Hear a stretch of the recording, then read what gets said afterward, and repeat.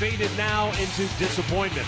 The Tribe has lost 6 of their last 7 and now stand just a half game in front of the 4th-place White Sox. A win today would help ease some of the suffering and send the Tribe home on a high note, where they have the 3rd-best record in the American League.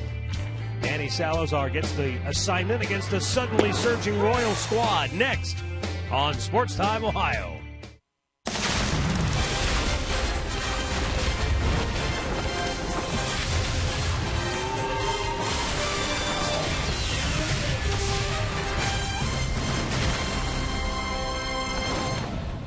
It's a hot, sunny Sunday in Kansas City, Missouri, as the Indians put the wraps on this 11-game road trip, hoping to get out of town with a victory today against the Royals. Hi again, everyone. Matt Underwood alongside Rick Manning. Tribe beaten again last night by Kansas City. They really have woken up Billy Butler. Remember, he had been benched by manager Ned Yost here in Kansas City, and yet now in back-to-back games, he's hit the game-winning homer for the Royals. Well, in the bottom of the 8th, he steps up in a pinch hit appearance and hit a big 2-run bomb for him. And I'll tell you, no one's happier than the players in that dugout, because this is the guy that they want to drive in the runs. He does it again yesterday. That gives them a 7-5 lead. Home run off Nick Hagedorn. He comes into that dugout. They are very thrilled, because this is the guy that was supposed to hit the home runs, supposed to drive in the runs for him all year long. He hasn't done it, but he has in the last 2 days. And now Kansas City is feeling very good about themselves as far as the potential postseason ramifications are concerned. Royals closing in on a wild card spot. Danny Salazar will get the start for the Tribe here this afternoon as they try to right the ship. We've got the preview coming up next.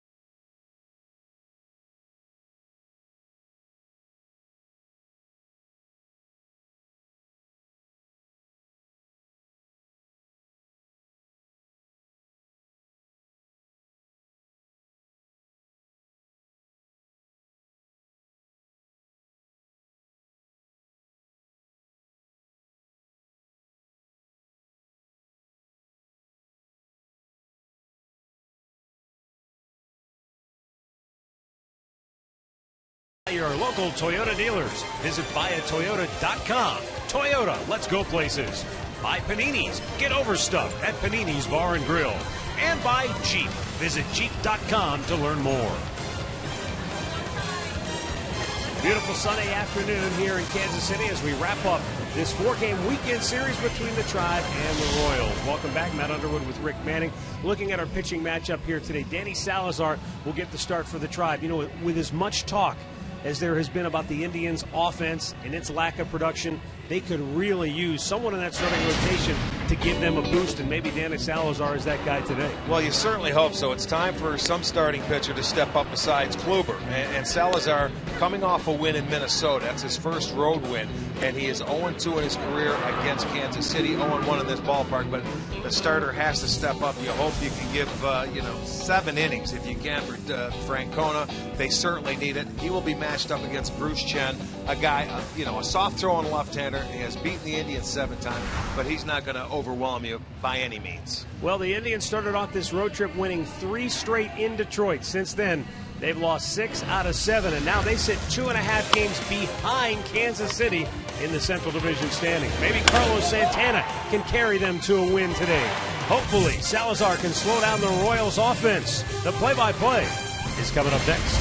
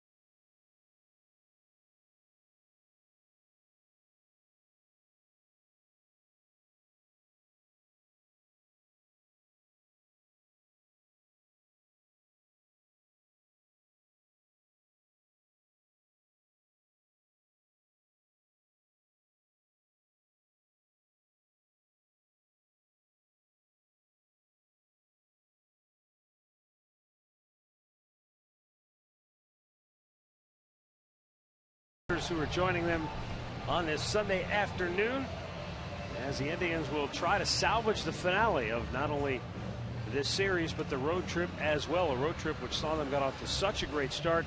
Since then, though, the Tribe has dropped 6 out of 7, 4 in a row heading into the series finale here today. Meanwhile, Kansas City has won 5 straight. The Royals find themselves in second place behind Detroit, 5 games out of first. The Indians have dropped into third place, 7.5 games off the pace, and just a half game in front of fourth place Chicago. And for the Indians, the offense yesterday posted 5 runs early, but that was it, and the pitching could not hold the 5-run lead. So it's been a mix of everything gone wrong on this road trip of late here for the Indians. We're awaiting the playing of our national anthem on this Sunday afternoon here in Kansas City.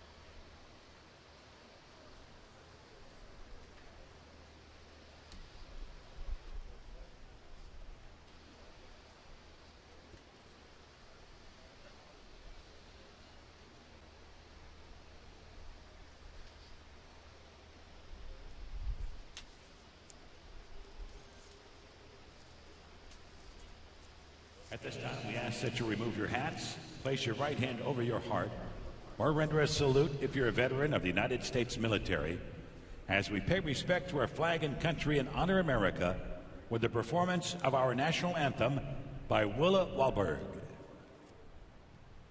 Oh, say, can you see by the dawn's early light what so proudly we hailed at the twilight's last gleaming, whose broad stripes and bright stars through the perilous fight o'er the ramparts we watched were so gallantly streaming, and the Rockies' red glare, the bombs bursting in air, gave proof through the night that our flag was still there. Oh, say does that star-spangled banner yet wave o'er the land of the free and the home of the brave?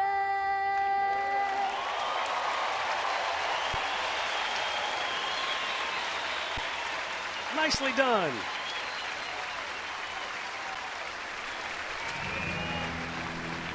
Well, I think the big storyline for the Indians this afternoon as they head into the series finale is exactly who is this team? Is this the team that went into Detroit and won the first three, that took the series before they fell in the finale against the Tigers, or is it the team that's lost their last 6 out of 7? It's been tough to figure, and it's been that way all season long, Rick. Just when you think they're done, they rise back up. Just when you think they're ready to take off, they fall back down. Well, it is when you look at this team on the road. They have been terrible all year long, but they had a great start coming out of the break on this road trip where they won their first 3 in Detroit. But it's gone downhill since that point. I don't know if it's an emotional letdown or it just hasn't taken shape like they certainly expected it to. And they had an opportunity to with a great trip. Right now, they're going to try and salvage this trip with a win before we head home for an off day tomorrow. Well, the Royals have taken the field. Bruce Chen will get the start today for Kansas City, the left-hander. And we will take a look at the lineup he will face for the Cleveland Indians under manager Terry Francona, presented by Progressive. Jose Ramirez moves into the leadoff spot here this afternoon. Terry going with 8 right-handed bats against the lefty Chen. Asdrubal Cabrera back in the lineup after missing 5 games. Michael Brantley, the only left-handed stick, hits third. Carlos Santana is sizzling hot right now. Then it's Yan Gomes, Nick Swisher, Ryan Rayburn, Roberto Perez, and Mike Aviles. Well, it'll be the 37-year-old lefty, Bruce Chen, who is making his 7th start this year. He started the year in the rotation, made 4 starts. Then all of a sudden had a bulging disc in his back, and he was sent to the 60-day DL. Came back and returned on June 24th. He pitched a couple of times in relief, and he's in the rotation now because he's filling in for another left-hander for the Royals. In his career, he is 7-4 against the Indians. This will be his 2nd start against the Tribe this year. And let's set the defense behind him this afternoon. It looks like this. It'll be Gordon in left, Dyson in center, Aoki is in right, Moustakas at third, Escobar at short, Infante is at second, Butler at first, Hayes behind the plate. That defense brought to you by Kia. Paul Emmel will call the balls and strikes this afternoon. Chris Conroy at first, Jordan Baker at second, and the crew chief, Jerry Meals, is down at third. You notice there the home plate umpire, Paul Emmel, wearing a special patch on the front of his uniform. Both teams are also wearing those special commemorative patches for this afternoon's game. With more on that, we bring in Katie Witham. Thanks, Matt. I'm not sure if you can see it this far, but I have one of those patches. 75 years today, the National Baseball Hall of Fame. It's what it represents, and both teams will be wearing on their uniforms. But Terry Francona mentioned today's such a special day because of the group of guys going into Cooperstown. town, but specifically for him, Joe Torre. He's the guy that he's known since he was a little boy. His dad, Tito, played with Joe Torre in Atlanta, but he said just knowing the type of person, the quality baseball player and individual that Joe Torre was, it's such an honor being able to sit back and kind of watch him go through a tremendous experience like this. All right, thanks a lot, Katie, and what a class. Joe Torre, Bobby Cox, who was he was Joe Torre in the National League for a long time. Had the dominant teams in the senior circuit. First pitch of the game from Chen in there for a strike. Then you've got Tom Glavine, Greg Maddux, the dynamic duo in that Braves starting rotation. Tony La Russa, another fantastic manager, won world championships in Oakland and in St. Louis. And the big hurt, Frank Thomas, who we saw terrorize the tribe for many, many years. Yeah, it is a great class, and that's going on, I think, right now as we speak. Our game time temperature today is 87 degrees. It has been sweltering the past couple of days here in Kansas City, so 87 actually feels like a break. It was 100 on Friday. It was in the upper 90s yesterday. Jose Ramirez pops it up back of the plate. Hayes, no chance to make a play on it. Nothing in to the count. Jose Ramirez defensively has been dynamite, filling in for Asdrubal Cabrera at shortstop. Today he moves over to second base with Cabrera returning to the starting lineup, and Jason Kipnis gets a day off. Chen misses outside for ball one. Ramirez, 5 hits and 14 at bats on the road trip since he got the call up.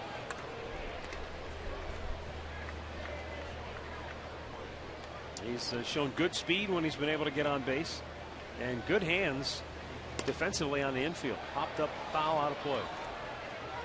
Well, and Bruce Chen is a guy, he just moves it around slow, slower, and slowest. It's all about keeping the hitters off stride.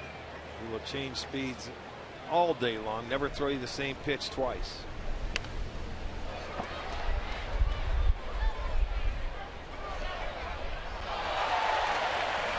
Two balls and 2 strikes. Asdrubal Cabrera waiting on deck.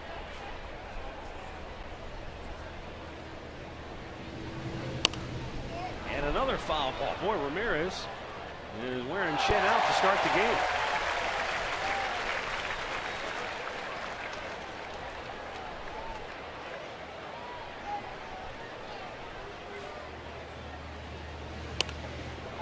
Once again, a foul ball. 9 pitches in the at bat. That's the way to get up there and make this pitcher work to get you out to start the game.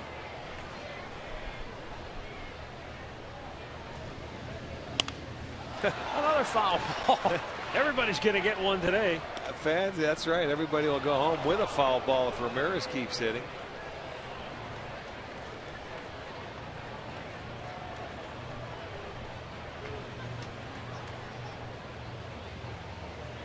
Now the 2-2. I give Chen credit. He keeps throwing balls that are in the area that are hittable instead of trying to bounce one to see if he'll chase one out of the strike. So he's got a pitch to waste, but he hasn't tried to do that. I understand you got a young guy, you got a rookie, you go at him, but at some point it's like beating your head against the wall, isn't it? He figures he's got to put one in place sooner or later. 6 straight pitches have been fouled off by Ramirez. The 12th pitch of the at bat is another foul ball. He's got to be scratching his head saying, I don't know what I can do.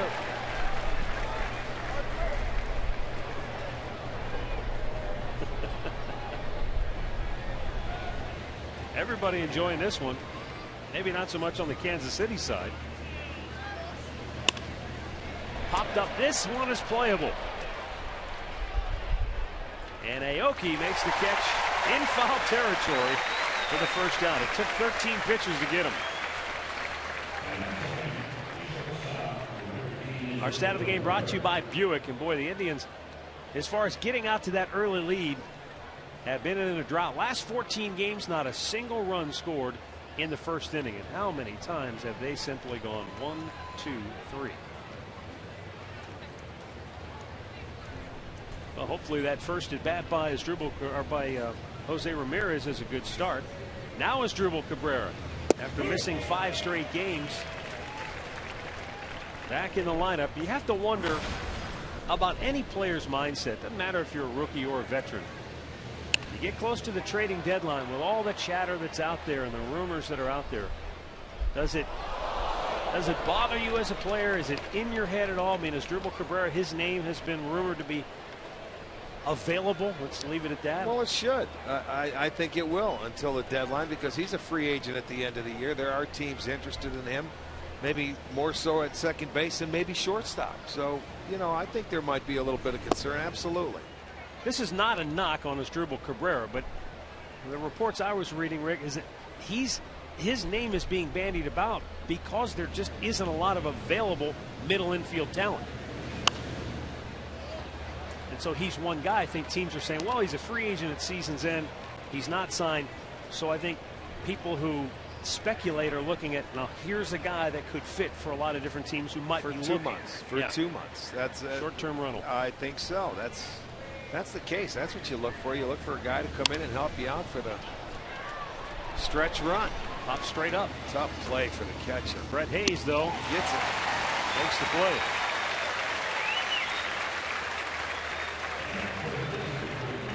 Our keys to the game, courtesy of Wayside Furniture. Well, the Indians are drawing a line in the sand, I guess. And let's just hope it's not Bugs Bunny drawing a line in the sand against Yosemite Sam. Offense. Need some offense, and hopefully Danny Salazar can pitch for the lead. It didn't work out last night. The Indians handed Zach McAllister a 5-run lead in the second inning, but he could not hold it. Danny Salazar getting ready to make the start after his most recent performance in Minnesota was a good outing. Not a great one, but a good one. He went 5 innings, and that was the only downside. He only gave up the 1 run, but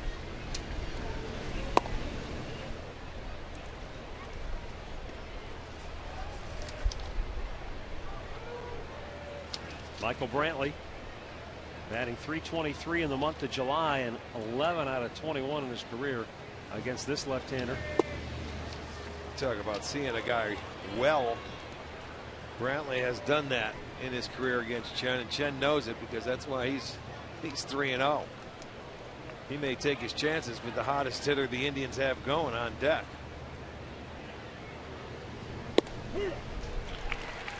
In there with a strike.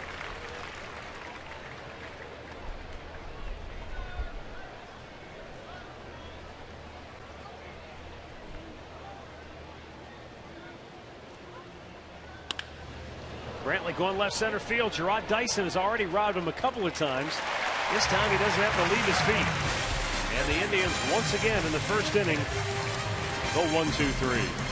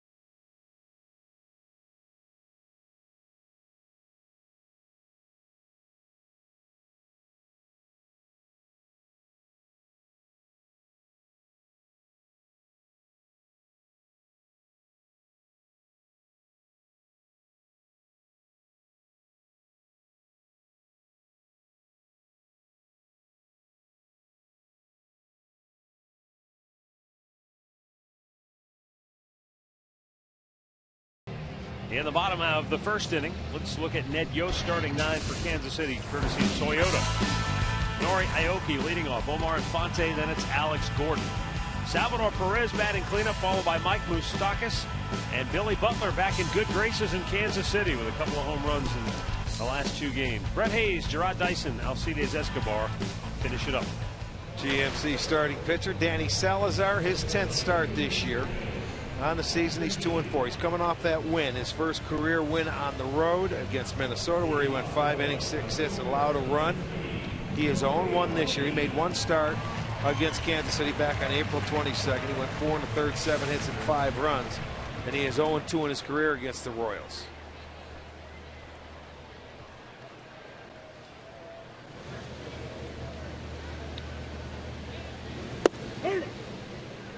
In there for a strike.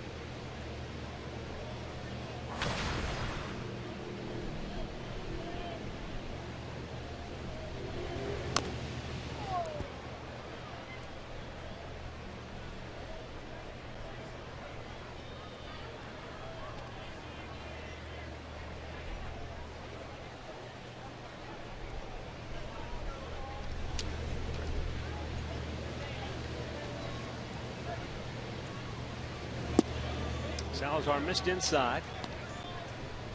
They've been pounding Aoki inside all series long. He did get that double down the line yesterday from a Zach McAllister on a pitch up and in.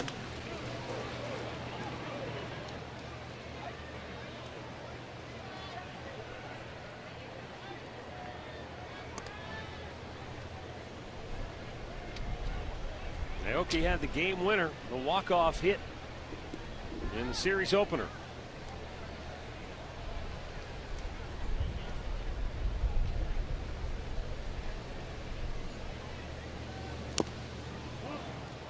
Funny how you look back and you wonder, could things have been different had the Indians won that series opener behind Corey Kluber, who pitched so well. Well, we always say when you have to play that long, you end up on top. It can get you rolling. No.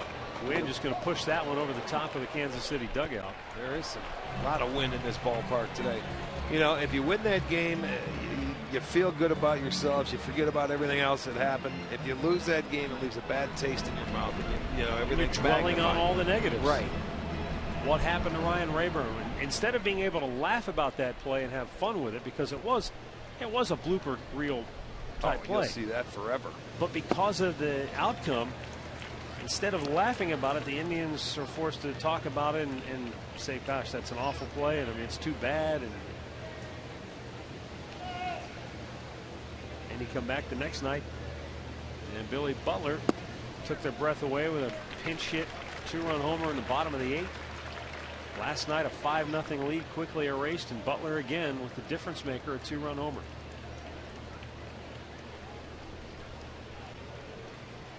The payoff pitch. Ripped to first, but Santana grabs it, one away. Let's set the Kia Tribe defense behind Salazar this afternoon. It'll be Rayburn in left, Brantley in center, Swisher is in right, Aviles at third, Cabrera at short, Ramirez at second, Santana at first, with Perez doing the catching.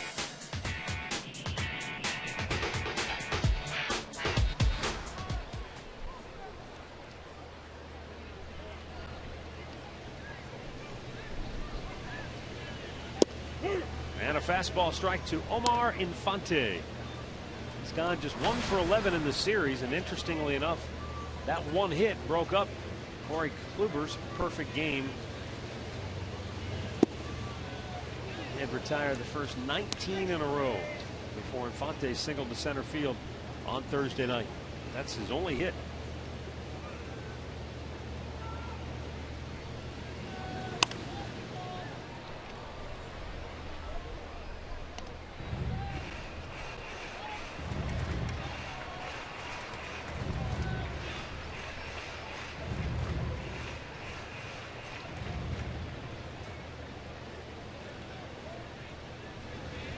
Swung out and missed, ran a fastball up high at 97 miles an hour. no match for Infante. 2 down. Elevate it, get to 2 strikes, and those hitters see it and then can't lay off of it. And you're not going to catch up to it when it's up there around the letters. So Infante goes down as a strikeout victim.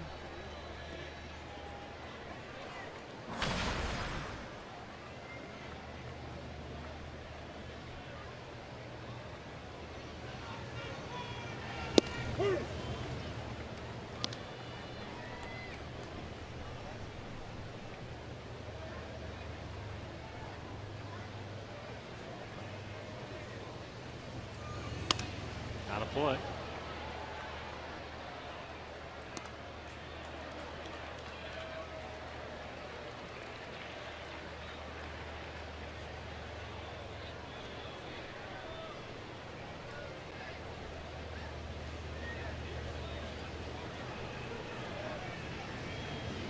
Swung on and missed, and Danny Salazar makes quick work of the Royals here in the first inning, striking out a pair.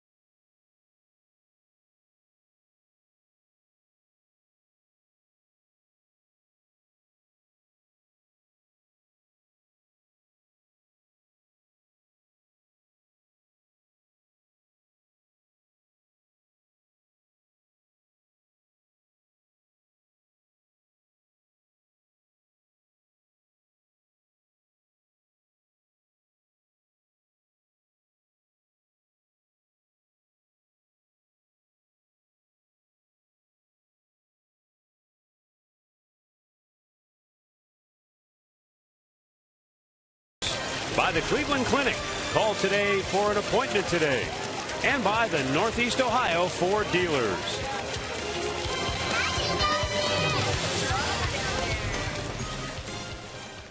No score, second inning. And it will be Carlos Santana to lead off for Cleveland.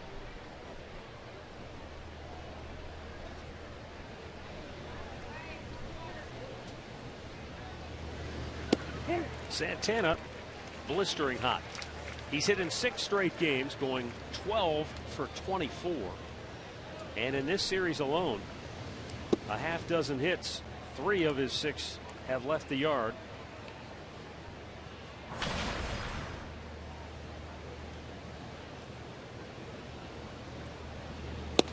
Outside with the off-speed pitch, 2-1.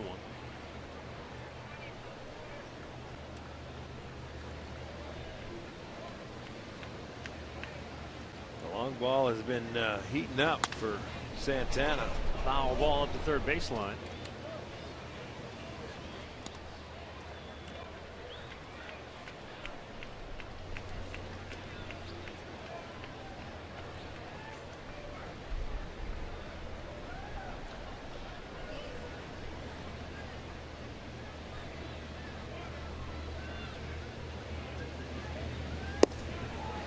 Just missed Chen with a long stare in. He wanted that pitch. And for a guy who doesn't throw hard, he relies on pinpoint control. He thought he had one right where he wanted it. Yeah, and you know what? He has to pitch inside to be successful. And if you don't get that pitch, it could be a long day for Chen. Leadoff walk for Santana. Has a boatload of those this year. Last couple of days, told you, Santana's been swinging at Barrett.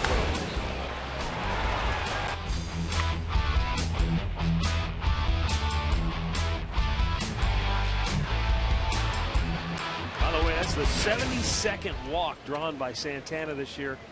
Tops in the American League.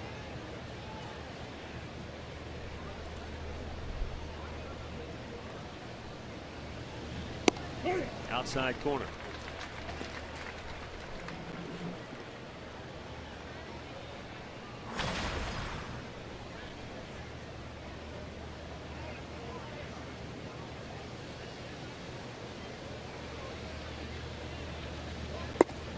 In off the plate.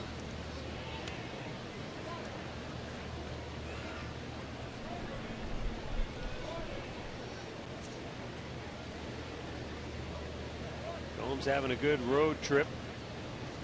13 for 32. DHing today, getting a game to rest his legs from behind the plate. That always helps. Go with an off day tomorrow for the Indians that they certainly can use.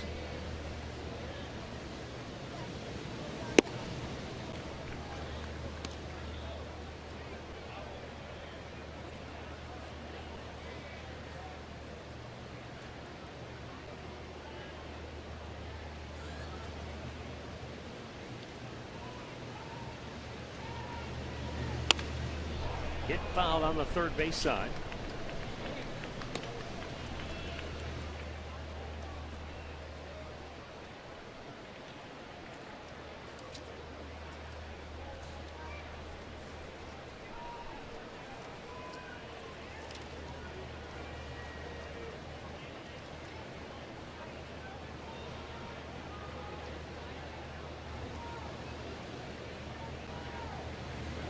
Upstairs and out of the strike zone, a full count.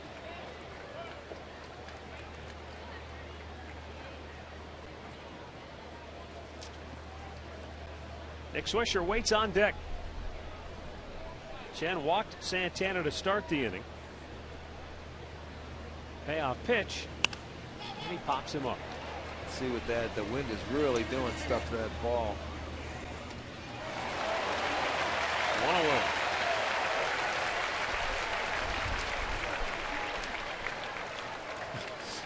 Well, fans, you can follow every Indians game with MLB.com at bat on your favorite mobile phone or tablet. You get live look-ins, instant replay, scores, stats, audio, free MLB TV game of the day, and more. You can download it on the App Store, or you can visit Indians.com today.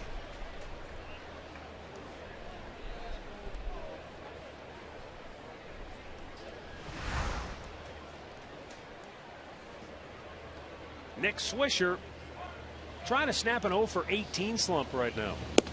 Takes a strike. Nick getting the start today out in right field.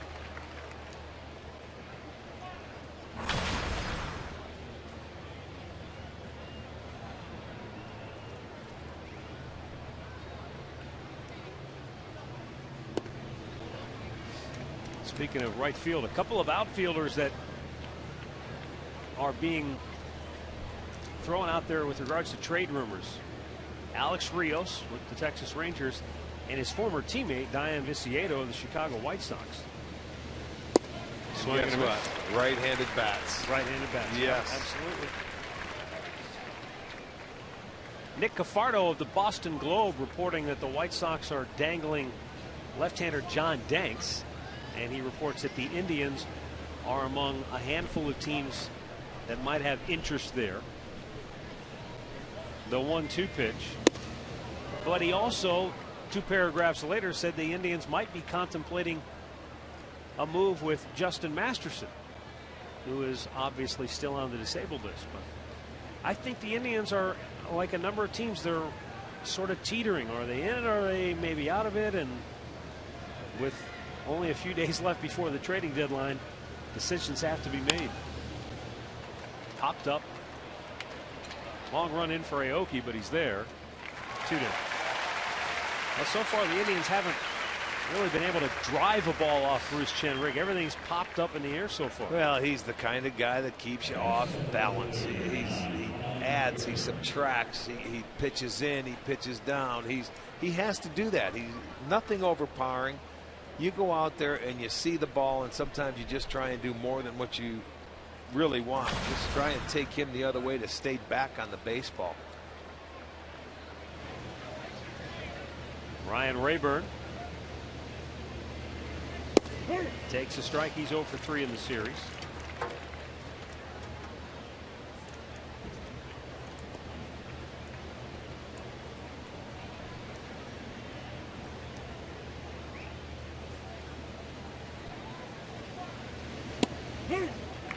It's funny because baseball is a long season, 162 games. Players, coaches, managers, GMs, everybody's in that mindset of, look, no one game is the end all be all, and you have to look at the whole body of work. But boy, you get close to the trading deadline, and 1 or 2 games could change a lot of the decision making process. Well, right now I think the Indians will be sellers. I don't think they're going to be buyers because there's no one player that can come in and help this ball club get over the hump. They need more than one player.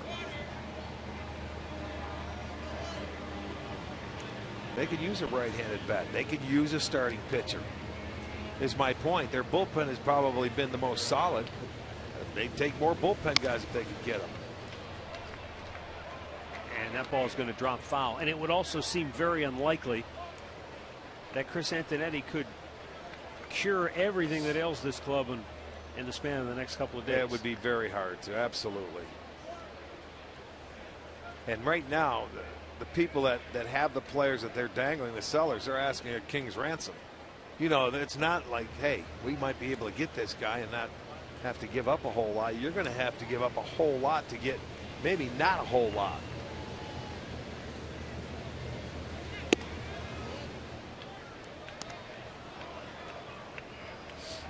I mean, what the Giants have to give up to get Jake Peavy? Jake Peavy had 1 win this year. What was he? 1-9. And they had to give up a couple of young prospects. In the air, right field. Aoki, another routine play. Leadoff walk does no damage. No score, middle of the second.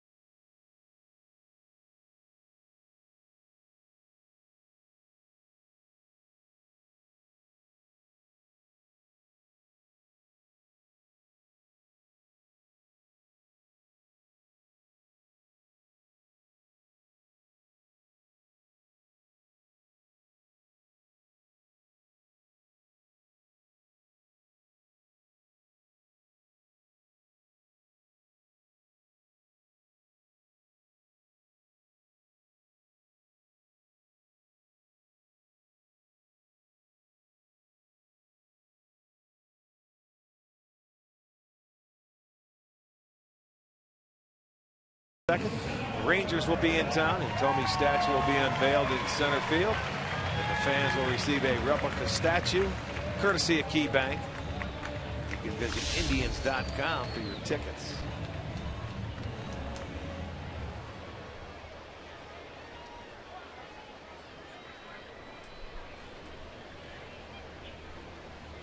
Salvador Perez looks at the ball low and away. Perez DHing this afternoon, 4 for 13 in the series with a home run.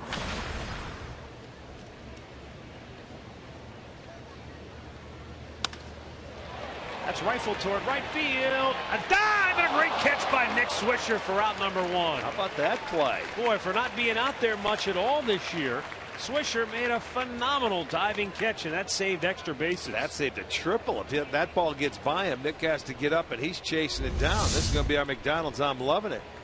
He leaves his feet, and that wind is knocking that ball down. That had some sink to it going away. Really nice play by Swisher to retire the leadoff man in the inning. That's a good play. Got a nice round of applause from his center fielder Michael Brantley, who is gesturing over. Mike Moustakas takes a strike.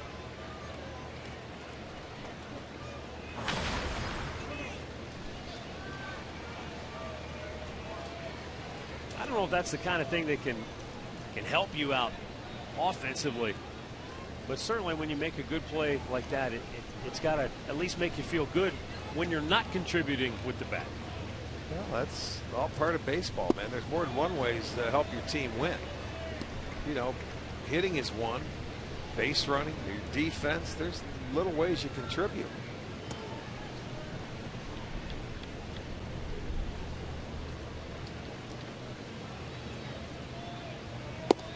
Moustakas has been struck out by Danny Salazar, who has 3 already in the first 5 batters he has faced. Looked like a breaking ball to me, a slider. Exactly what it was. Stayed on the outside edge, and Moustakas comes up empty.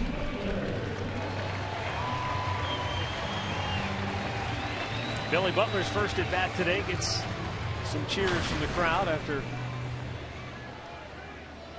his exploits the last 2 games. Low for ball 1. Well, he has had a good last couple of games. The pinch hit appearance got him going. He was actually benched prior to that because of the way he's been playing, and they've been upset with him. But the last 2 days, everybody likes him right now. And I'll tell you, we've always seen this guy do that to the Indians. Well, he's 4 for 6 now in his career against Danny Salazar, so he's got a pretty good plan and a good approach. First hit of the game for KC. 2-out single keeps the inning alive. Well, he's just one of those guys that he was a hitter from the first day he came to the big leagues.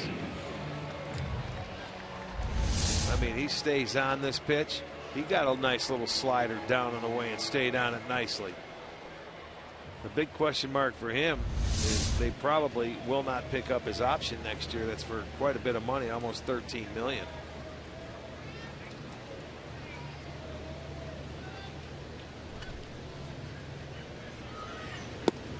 Down low.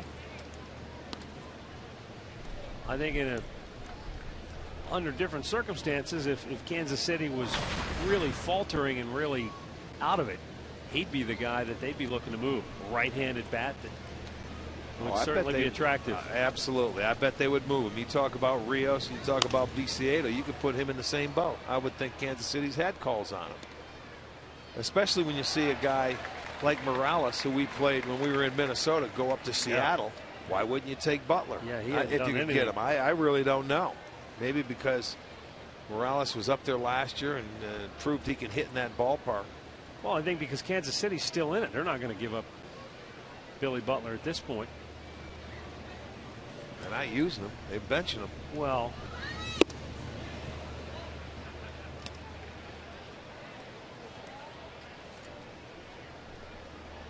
he's playing today because Hosmer's out with his issues with the hand. Nori Aoki's not going to be the everyday answer, I wouldn't think. No.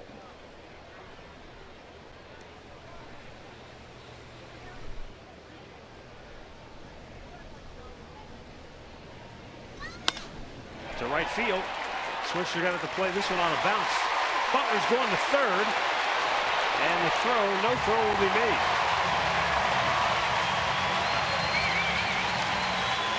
First and third with 2 down on back-to-back hits here in the second. Both opposite field hits. Well, and that's the approach. You see Salazar stayed away. And that's a good swing by Hayes. He takes it, line drive stroke the other way.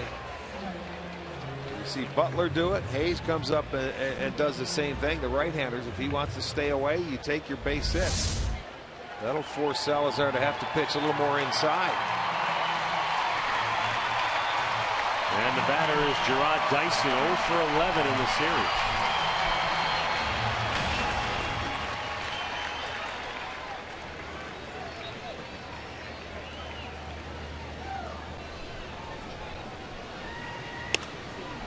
Goes after the first pitch and pops it up foul, but out of play.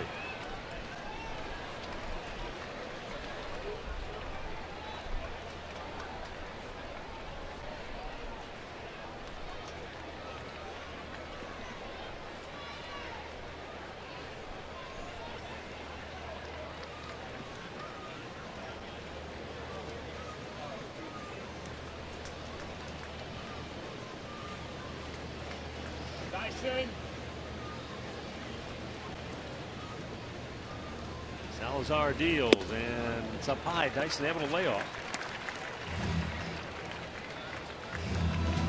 When you look at Rayburn over in left field, you will not see a left fielder any closer to the line with a left-handed hitter hitting.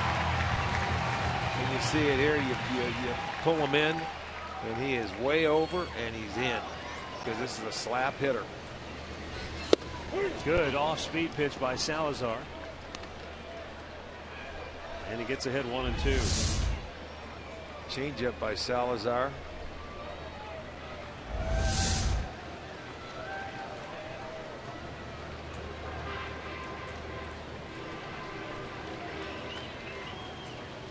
Now the 1-2. Just a bit off the outside corner. 2-2.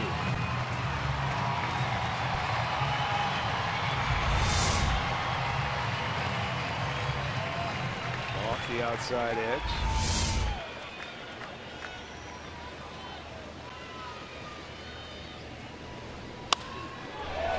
And that's foul as he tried to slap it the other way.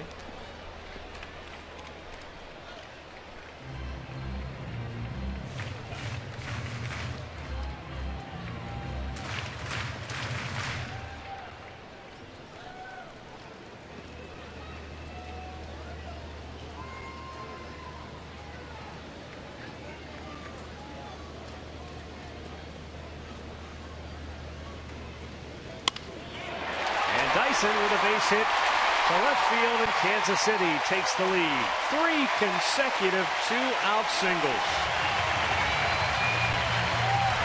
I think he did a favor to Dyson right there, throwing him a slider. You know, he's just trying to protect that. You got to make him use his hands. He throws that pitch that slows his, the speed down, and he left it upstairs. You see, that's a slider on our Phantom Cam, and that's where he hit it. A fastball you can just throw right by Dyson. So it's 3 straight singles. Kansas City will come and take the lead. Well, that's the thing I guess I don't understand. The first 2 hits were opposite field slaps the other way. And the same thing here with Dyson. Why not go hard in at the bottom of the lineup especially?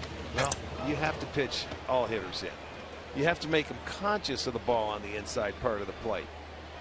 The right-handers, I could see that's a great approach. I mean, of course, Butler that got it going with 2 outs, he's a good hitter and goes that way. Hayes got a fastball away. And then you got the little left-hander, the slap hitter. You can't, speed up his bat. Even though it was a slider, it was a hanging slider away.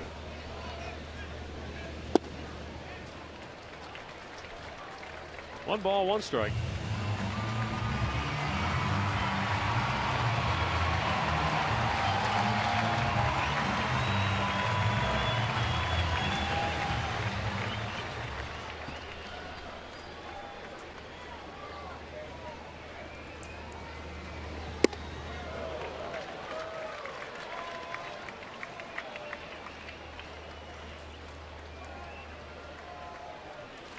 Salazar retired the first 5 in a row, 3 of them by strikeout, and now 3 straight 2-out singles.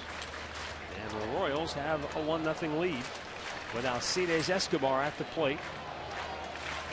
Ahead in the count, 2-1.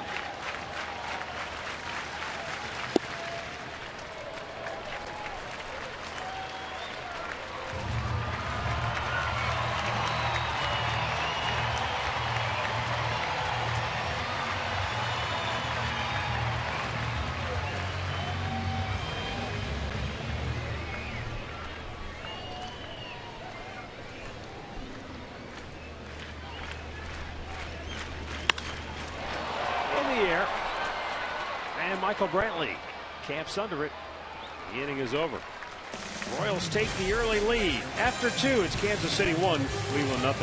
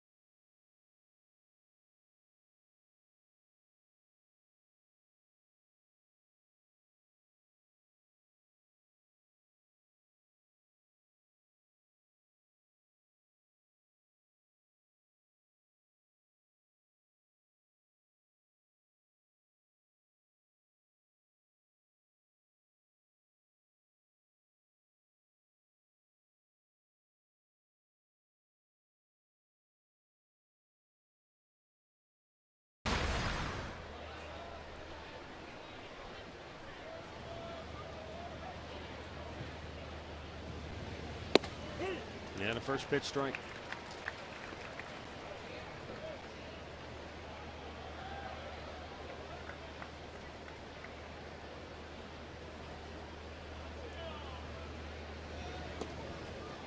Way inside.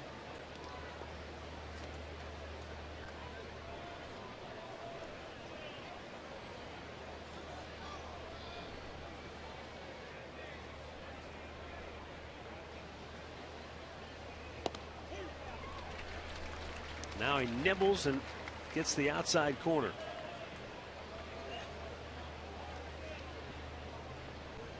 And Shen ahead in the count.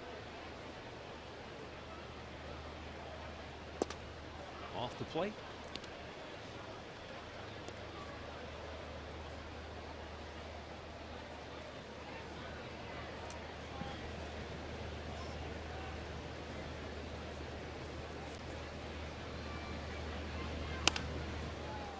Trying to go the other way, but it's out of play.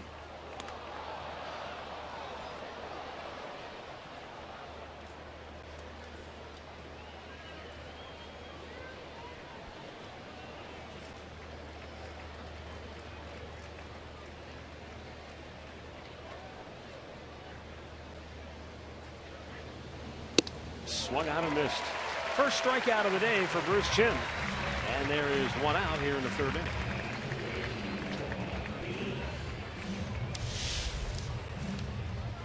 Don't forget you can tweet your photos to us using the hashtag STOFanPhoto for a chance to have them shown during one of our telecasts.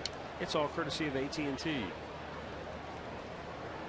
Mike Aviles, with one out here in the third, steps in 2 for 6 in the series. And that pitch missing for ball 1.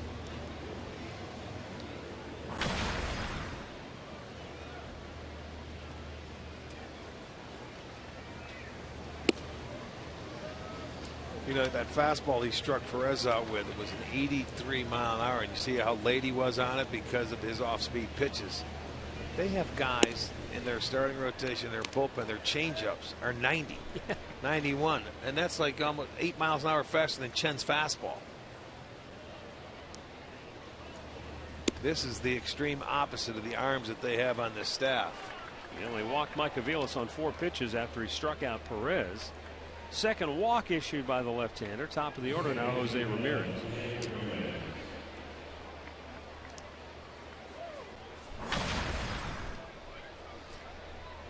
Ramirez wasn't that bad. He had to start the game off. What was it, a 13 pitch at bat? Yeah. Fouled off pitch after pitch and gave the fans a lot of souvenirs. 7 foul balls in that at bat.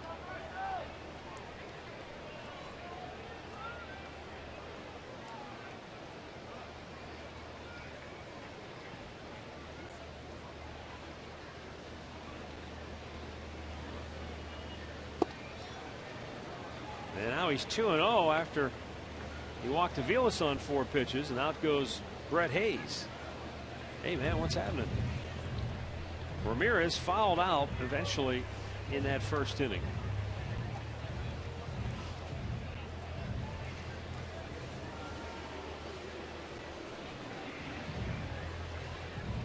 You know, we saw the Royals take the opposite field approach against the flamethrower Santana or Salazar. Sometimes against the soft tosser, the opposite field approach isn't bad. Well, it keeps you out of baseball. Either that or move up in the box, which a lot of guys don't do anymore. So, you know, if you're not going to take his best pitch away, you either move on the plate and force him to pitch you inside. You have to remain patient. And this guy, he'll try and get strike one to you and then nibble and get you to swing at his pitch. And he will never give in. He keeps featuring that same stuff. You see hitters get a little over anxious, and a lot of times they'll get themselves out when you face a guy like Chen.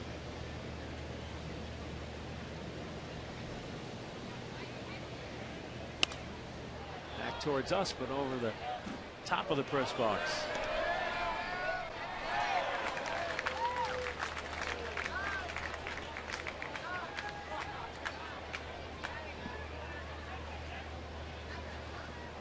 Two balls, 2 strikes. 1-on-1 out here in the third. And it's popped up again. Routine play in center field, 2 down. Well, Dollar Dogs are back. That'll be Tuesday, August 5th when the Ohio Cup continues. The Cincinnati Reds will come into town for a couple of days. And also fans can get Indians duct tape. That'll be courtesy of SureTech. Visit Indians.com for your tickets. That'll take place August 5th. Asdrubal Cabrera, in his first at bat after missing 5 games, popped one up right out in front of home plate.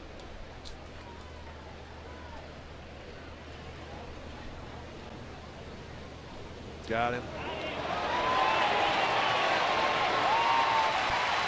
Aviles is out, the inning is over, and we'll go to the bottom of the third with Kansas City leading it 1-0.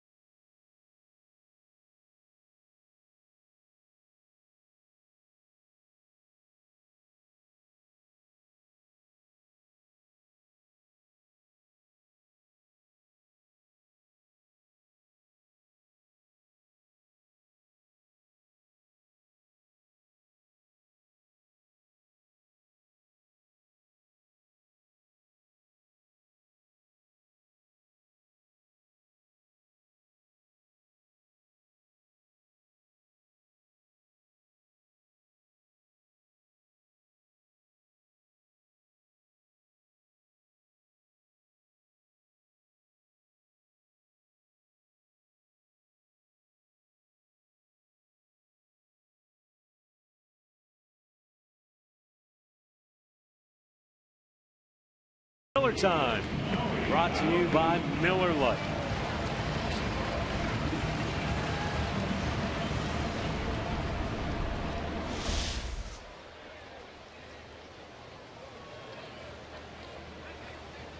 Aoki leading off, and he fouls it out of play.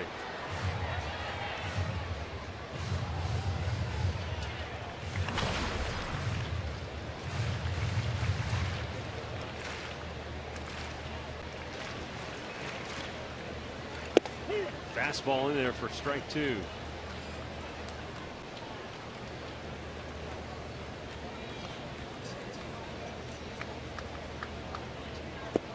Wouldn't chase the off-speed pitch.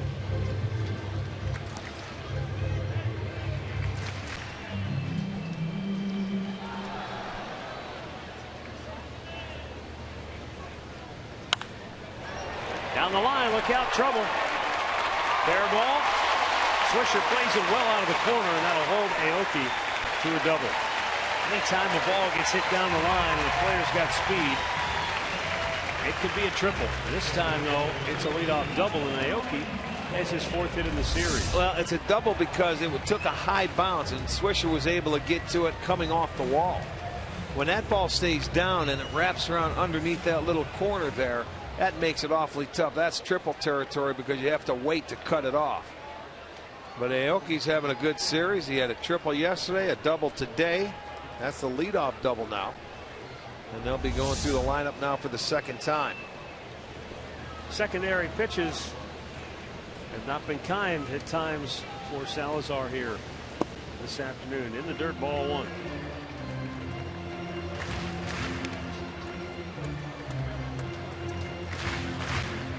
Omar Infante struck out his first time up.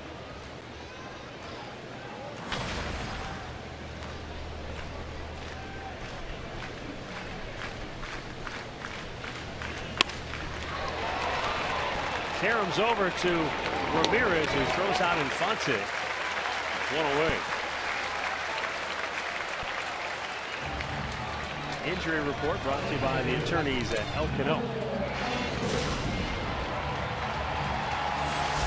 Dustin Masterson made a rehab start Friday at Columbus. He did have a half-dozen walks in 6 innings. Well, he'll be starting on Friday night against the Texas Rangers.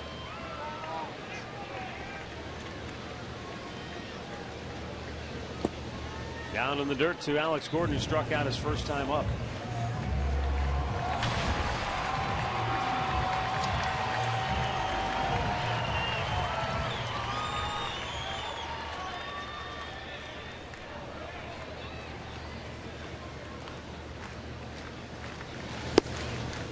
Missed outside. And now Salazar's behind 2-0 to Alex Gordon.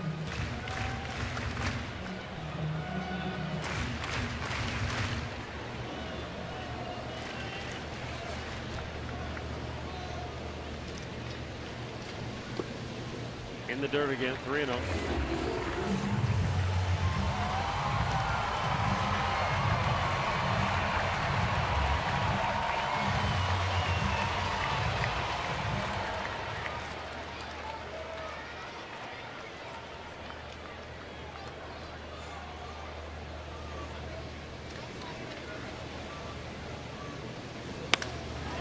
High fly ball into left center. Brantley looking to Rayburn. Rayburn makes the catch. And now the throw all the way home, not in time. I don't know if Brantley was running that ball into the sunshine and then he wanted Rayburn to take it. I don't think he had a good look at it, Ray. He did. He was looking to Rayburn most of the way. I know he was. And I think because if he's going that way, he may be running that ball into the sun. Now, normally you would want Brantley to take it, but Rayburn has to come over. He's waiting for Brantley to call for it, and he doesn't. And that has to be why Michael didn't get over there and take that ball, is because he's running it into the sunshine, and a much tougher play for him.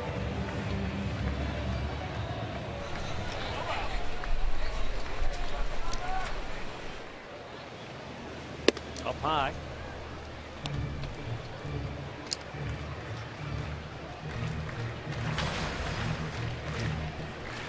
it's still, no matter who was throwing it, even if Michael Brantley's throwing that baseball, I think it was hit deep enough for the sacrifice fly regardless. But I'm thinking that had to be the reason why Michael didn't take it.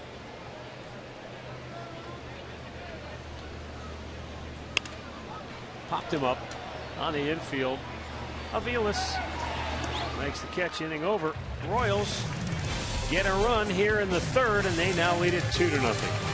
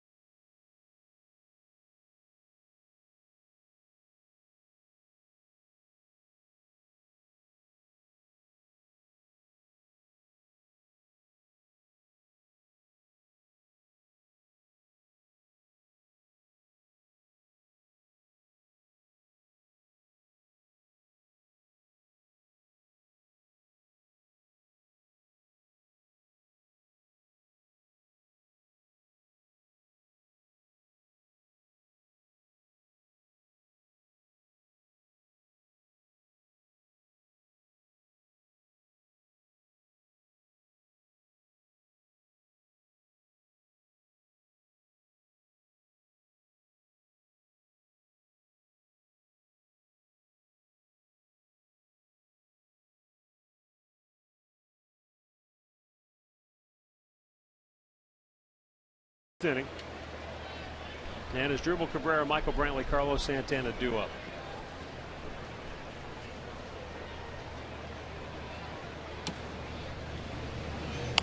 Fouled off.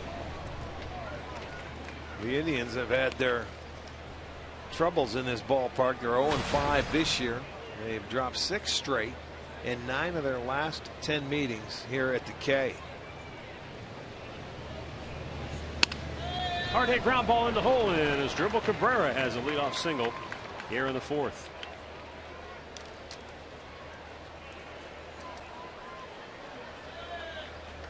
Let's go downstairs and bring in Katie with him. Katie, Michael Brantley's done a heck of a job filling in defensively, at least for Michael Bourne in center field. You know, he's been a Gold Glove guy, I think. Rick and I both feel in left field, but he's done great in center as well. Yeah, and that's exactly what Terry Francona said today, that he's stepped in there and filled in seamlessly. He even went on to say, you know what, he's turned into one of the leaders, if not the leader on this team, probably before his time. But he said, you know what, if more guys inside the clubhouse start to follow him, we would be a better off team. Well, Michael is a guy that he leads by example, the way he plays the game of baseball. He's not a vocal guy. And he's not going to, you know, get in anybody's face. He's just a quiet confidence about him. You know, he goes about the game the right way. He plays it hard. He works very hard. He's got a great routine that he is into right now. I think everybody else should follow him.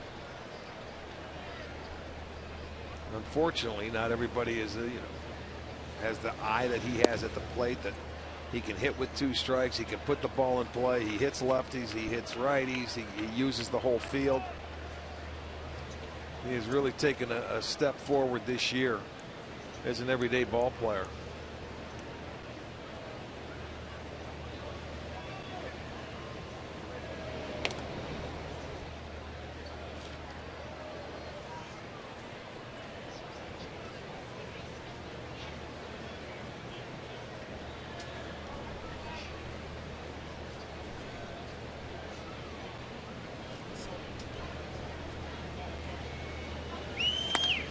Brantley lifts one in the air. left center. Gordon and Dyson converge. Gordon takes it. One away.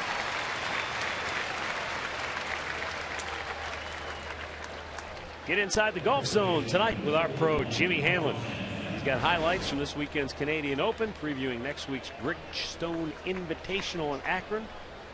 The golf zone tees off tonight at 8 right here on Sports Time Ohio. Looking forward to tomorrow. Jimmy will be with us down at Ashland for my celebrity golf tournament. Oh, yeah.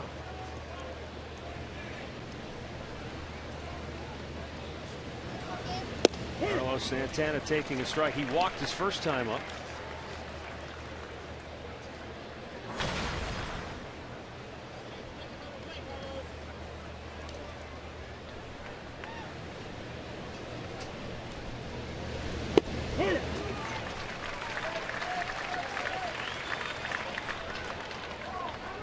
Santana in an 0-2 hole, but that doesn't ever seem to matter for Carlos.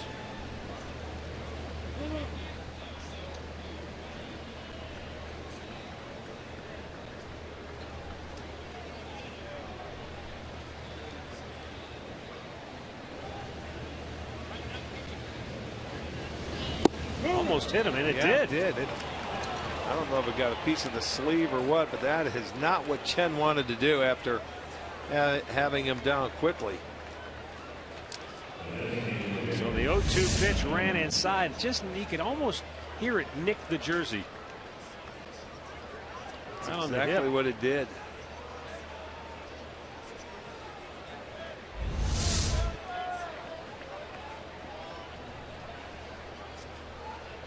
So 2 on, 1 out, and Yan Gomes to the plate. Gomes, a frustrating at bat his first time up. He ended up popping one up right in front of the Royals dugout.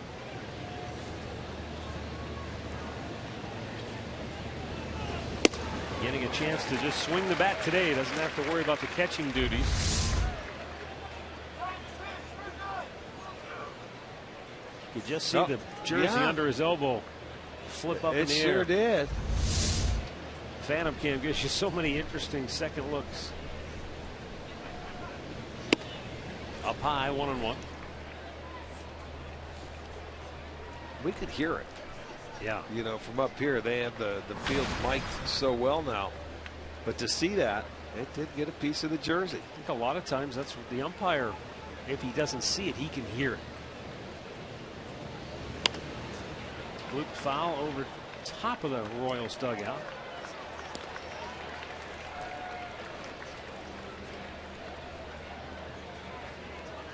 Mentioned before, Bruce Chen, he relies on being able to command the baseball. And if you notice in this at bat, especially with Gomes, everything's above the belt. He's not giving him anything thigh high or below, because that's where Gomes does his damage. Well, he knows Gomes is a great low ball hitter. He has that uppercut from the right side of the plate that, you know, you can pitch him up and he'll have that. He'll just loop underneath it.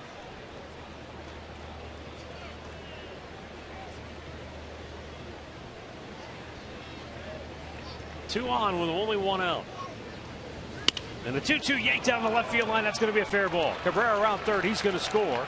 Stopping at second base is Santana. And Yan Gomes on a 2-2 pitch lined it down the left field line, and the Indians are on the board. They trail it 2-1 here in the 4th. Gomes RBI number 41 on the season. Well, that pitch was elevated, but it got inside on him, but he muscled it out into left field. Has a fair ball. Cabrera will come around to score. Gomes will get his 41st RBI. So that 0-2 pitch to, it looked like it might have been a cutter in to Santana that moved Cabrera into scoring position, certainly helped. Adjustments go both ways, and Gomes able to make the adjustment. Hey, everything's up in the strike zone, and he got enough of it and fought it off and put it into left field.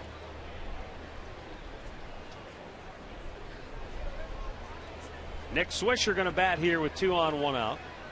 Swisher flied to right his first time up.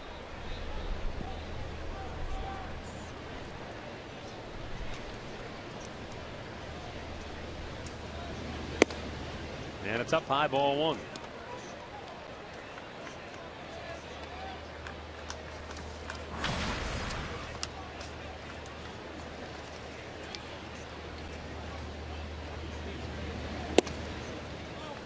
2 balls, no strikes.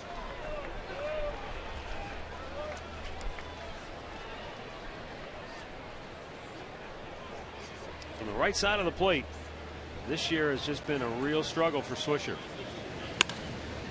And he pops it up. Shallow center. Dyson makes the catch.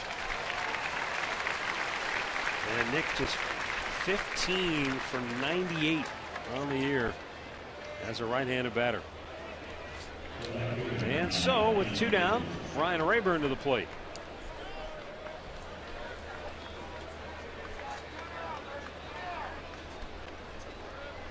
Rayburn popped up to right field his first at bat.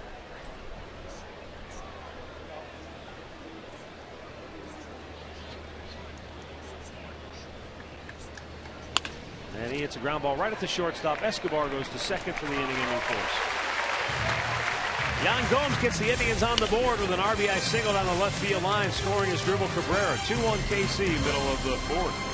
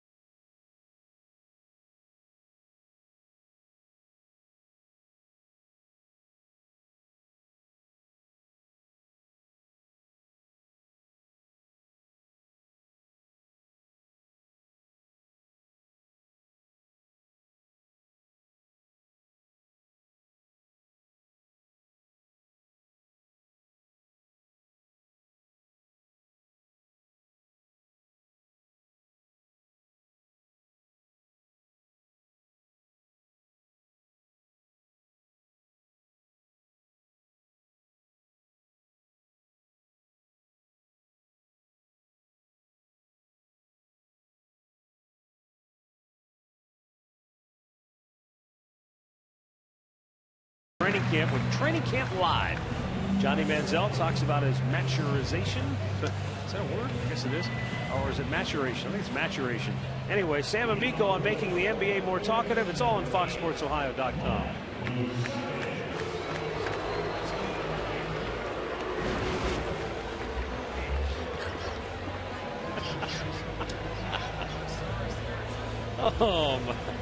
It's 2-1 Kansas City.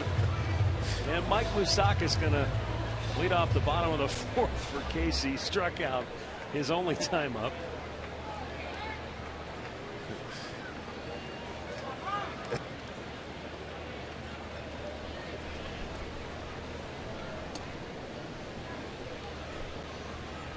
Danny Salazar fires it in there. Moustakas pops it up. Playable as Ryan Rayburn camps under it. 1 down. Back in the second inning, after Danny Salazar retired the first 5 in a row, Billy Butler started it with an opposite field hit. Brett Hayes followed suit. And then Gerard Dyson slapped one the other way from the left side of the plate, and that led to Kansas City's first run. Yeah.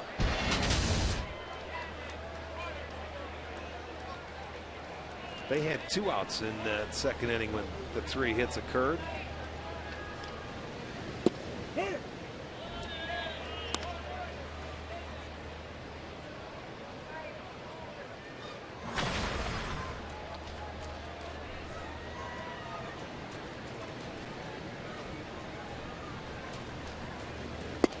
It's outside to Billy Butler.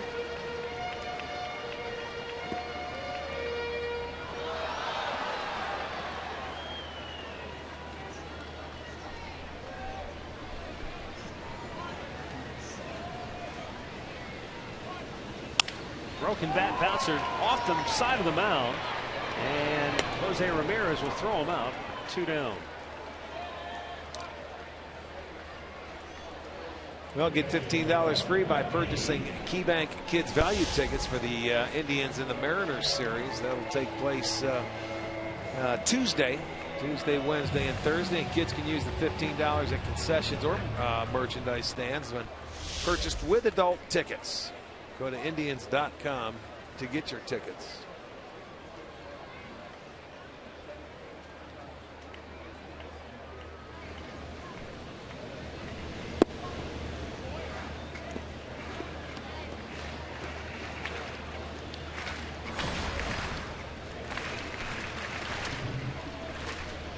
Brett Hayes, the base hit.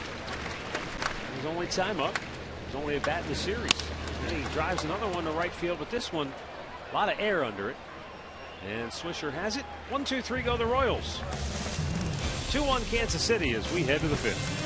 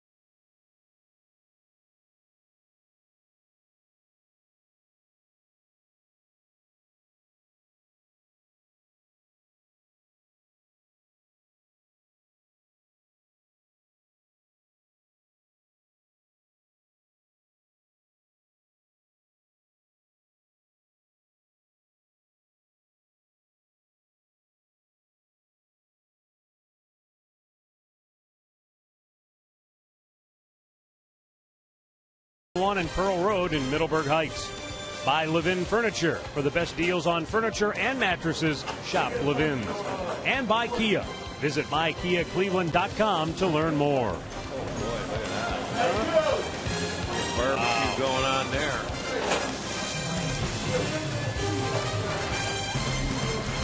Well done, sir. Well done. Can they send some of that up here to the booth, please? Marky, please bring it up. So many good barbecue spots here in Kansas City. That looked like a pretty good one right there. They all claim to be the best. It all comes down to personal preference, doesn't it? Yes, it does.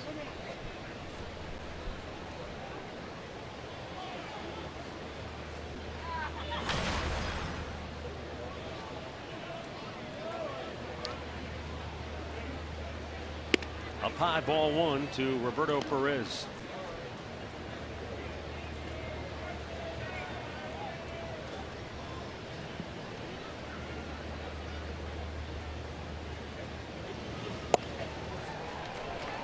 That's what he wants you to do. The harder you swing, the better it is for Bruce Chen.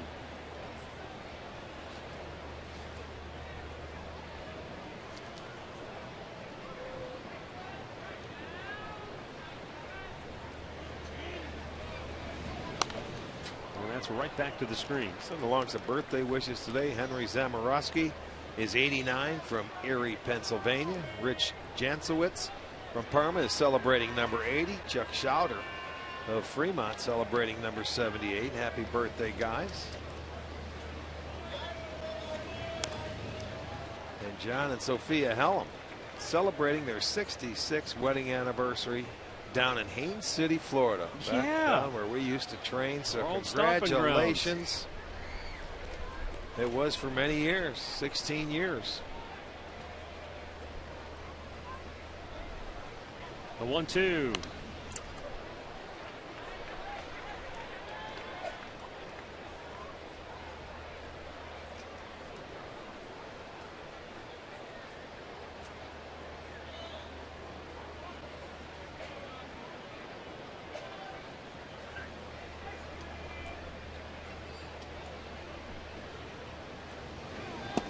Almost chased after it, but Perez able to hold up. Okay, we tried to get him to go down and away with that changeup. Now, the first time he got him with an elevated fastball about 83. See if he goes back upstairs and tries to get the swing and miss.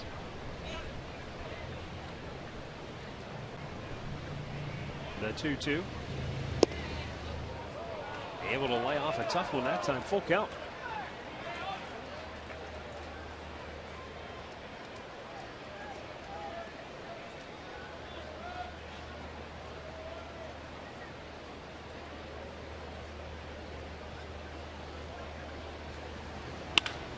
Hit hard in the left field and a base hit by Roberto Perez, and the Indians have their leadoff man aboard for the second inning in a row.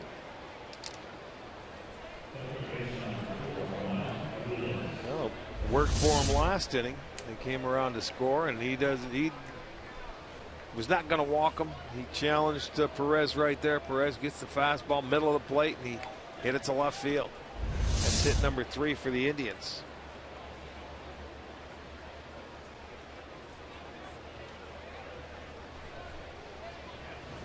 And Aviles with a push bunt to first, and Butler will tag him out.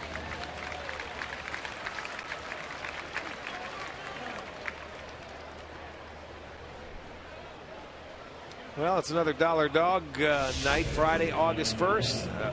Texas Rangers, Adrian Beltre and the boys will come to town. Post-game fireworks to follow, set to the hit songs of 1994. So after the sacrifice by Aviles, the tying run is in scoring position for Jose Ramirez. 0 for 2 on the day.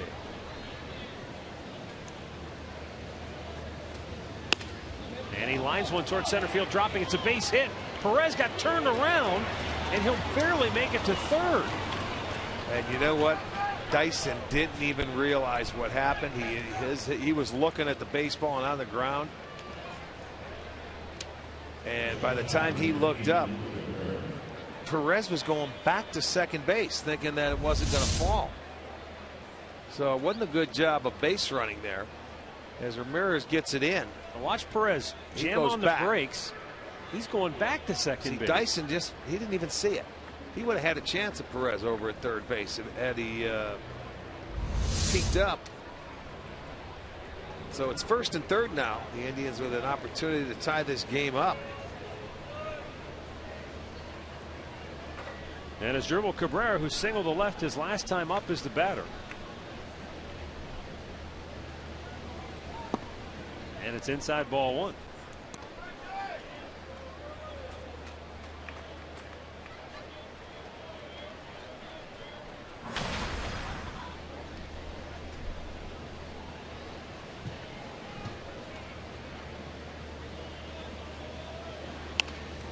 Pulled it foul.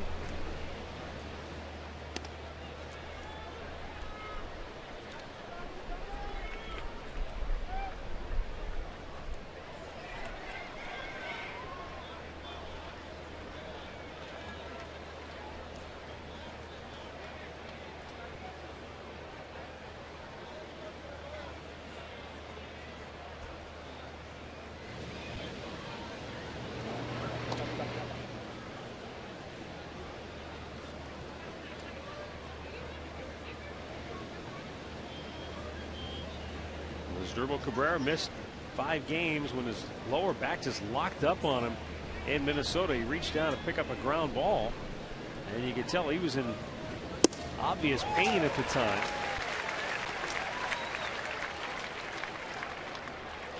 And then back spasms set in, and he had a hard time standing up straight and walking around. And after that big swing, it looked like he was. Sure he was. That's why he took that stroll around home plate. That big swing and a miss certainly did not help it. Whoop, toward right field, dropping. And Aoki can't get there. No, he kicks it into foul territory. Perez scores all the way to third. Flying in there safely is Jose Ramirez. So a base hit and a run batted in for Cabrera, and then Aoki inadvertently just knocked the ball into foul territory, and that enables Ramirez to go all the way to third. So we're tied at 2, and the go-ahead run is 90 feet away. Well, Cabrera was jammed by this pitch. Aoki comes in to try and make a nice catch, and in turn he kicks it. When he's running, it hits his knee inadvertently, gets down around the tarp, and that allowed Ramirez to go to third base. Here comes the throw. I don't think they're going to give him an error. They'll just give a single. So base hit, RBI. And here is Michael Brantley 0 for 2.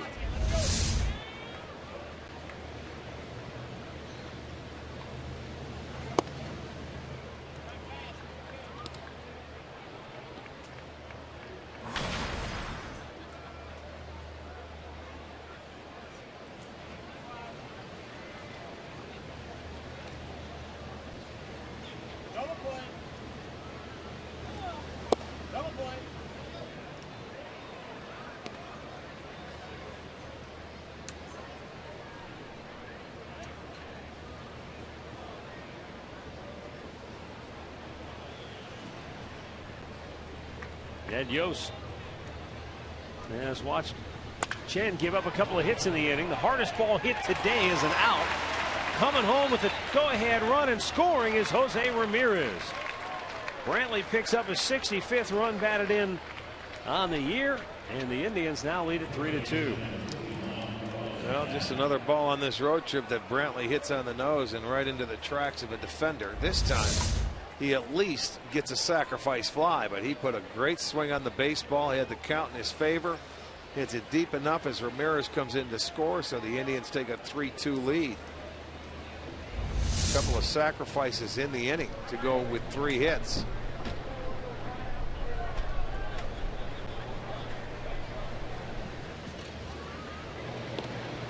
And as dribble Cabrera back safely at first.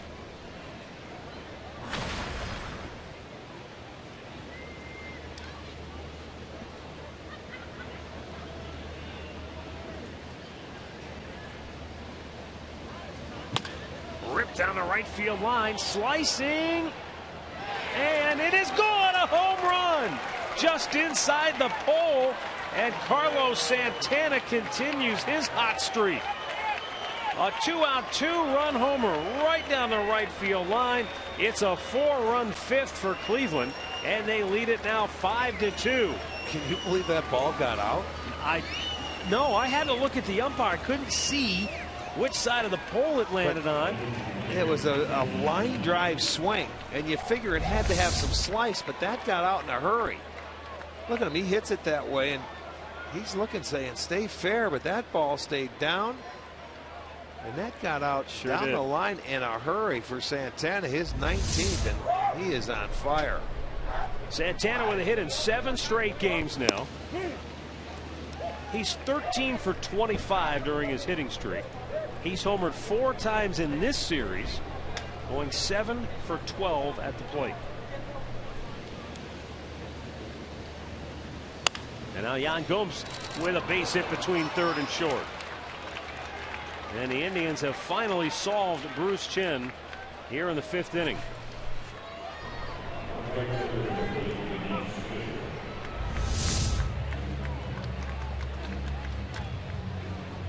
Yan Gomes, his 2nd straight hit.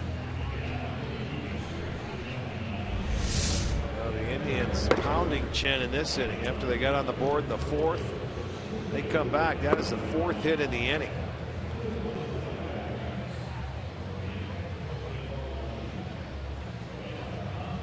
So another big inning here, a 4-run 5th for the Tribe.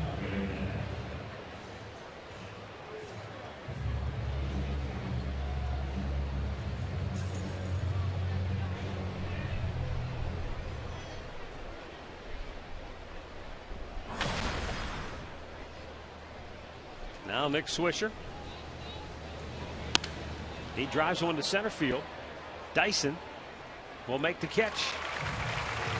The Indians send 8 men to the plate here in the 5th. They score 4 times. Carlos Santana caps it with a 2-run jack. 5-2 Indians.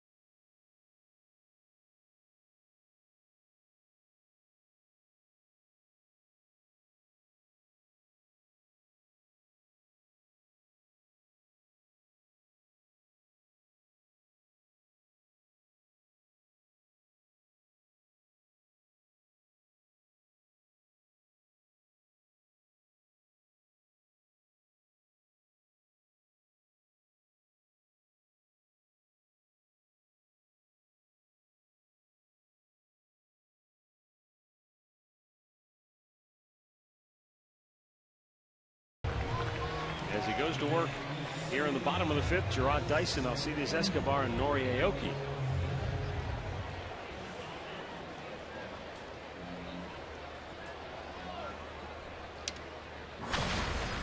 Dyson, an RBI single. His first time up. That snapped an 0 for 11 in the series.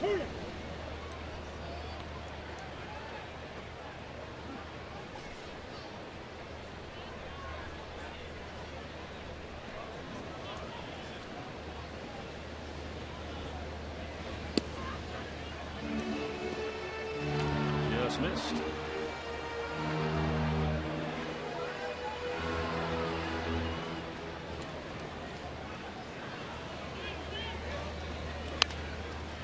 Out of play.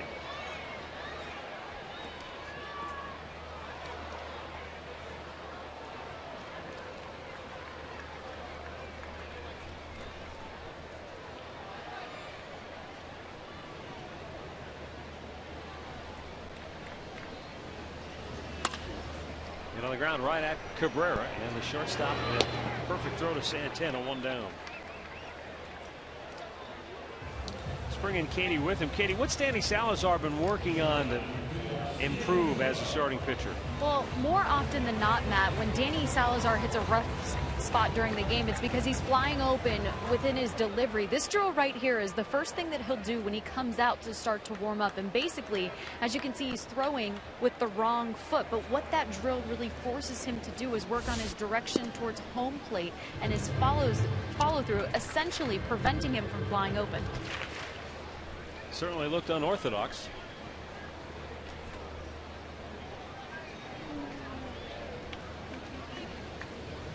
Kind of looks like a little youngster, maybe 3-4 years old, when they're first starting to throw a baseball. Sure. Sometimes it takes over exaggeration to drive home a point.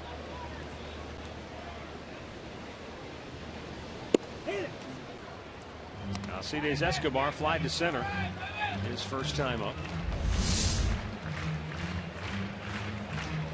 You can see him, he's almost having to think about throwing. You know, that's before he even gets loose and starts throwing a baseball, before he gets into the bullpen and then starts throwing. So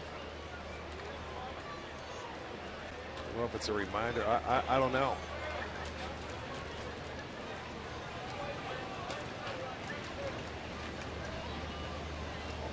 2-2 pitch. Off the end of the bat, foul.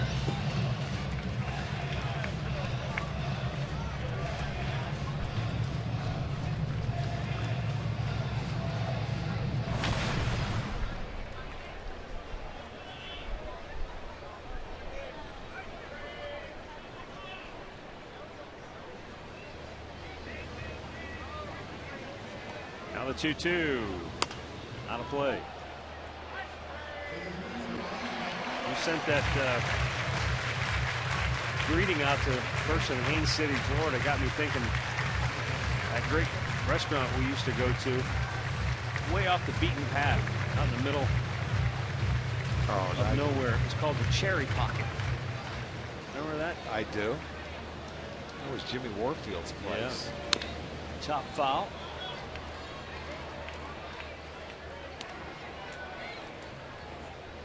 Well, and that's where the Royals used to train too. Yeah, right they were in there. They were in Haines City. Yeah. Right. Actually, they called it Baseball City right off the freeway there at one time. Yeah, right off I-4 and 27. They were trying to develop a little theme park to go along with their spring training home. It just never really took off. They moved out and then went to Surprise, Arizona, and then shortly thereafter, the Indians headed out too. To Goodyear. Yeah.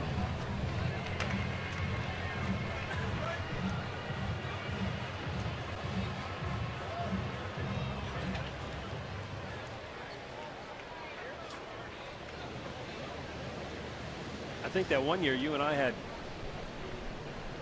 a table named after us at Manny's Chop House. Highway 27. That's going to go foul. I just remember we'd try to go there. We'd try to beat the early birds there. Couldn't do it. We never got there early. That was like 4 o'clock. Are you kidding me? What are you people already doing here?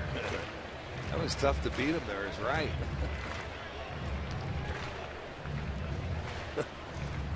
Unfortunately, now I'm still going to dinner at 4. You're the one that got me into it. Oh, man.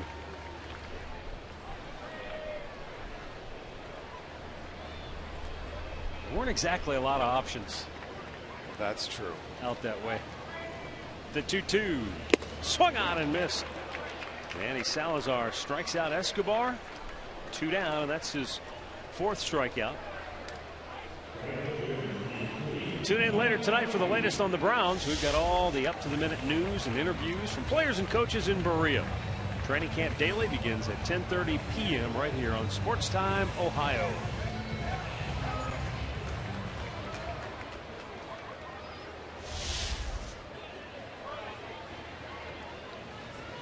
Out of play.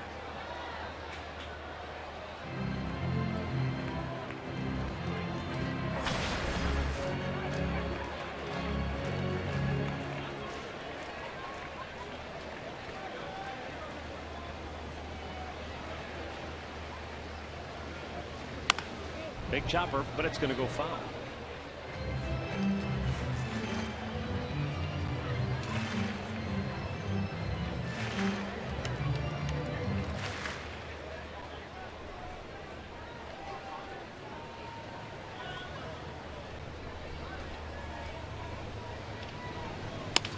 Up the middle, and that's going to get through.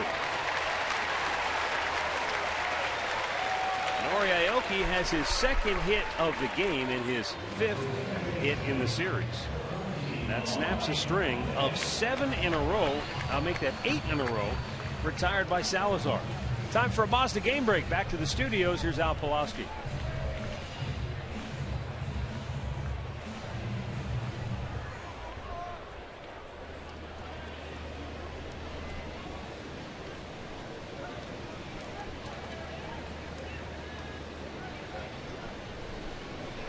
All right, thanks, Al.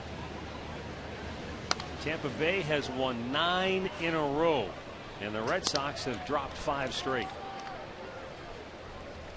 It's almost one of those games, Rick, where if Tampa Bay finishes the sweep, then that's almost a surefire way of saying to Boston, and if you were thinking about whether or not you were buyers or sellers, this all but answers the question. Well, I think there's no way they can turn it around. They're 10 games under.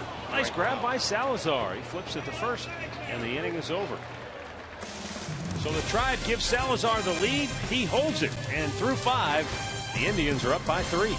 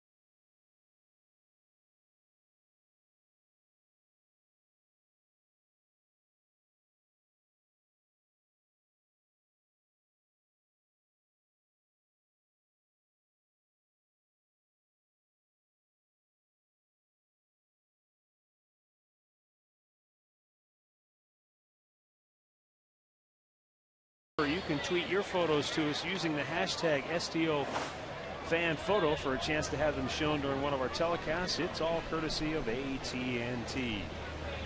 Ryan Rayburn going to lead off here in the 6th inning. And Bruce Chen fires it in there for a strike. Rayburn 0 for 2 on the night.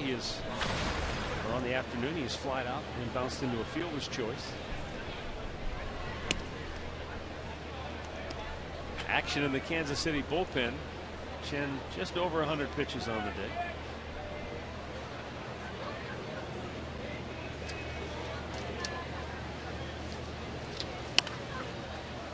Out of play.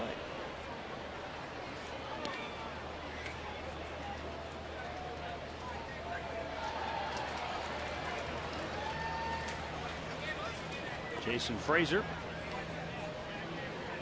getting loose and might get the call. Who knows? Figured if he was going to bring him in, he would have brought him in to start the inning with all the right-handed bats in the Indians lineup consecutively here at the bottom. You get to the top of the order, and then you get the switch hitters. Yet the other thing I guess you have to remember is that we had a 14-inning game in the series opener. And so I'm sure Ned Yost, like Terry Francona, hoping for a little length from his starter in 5 innings isn't exactly what he had in mind.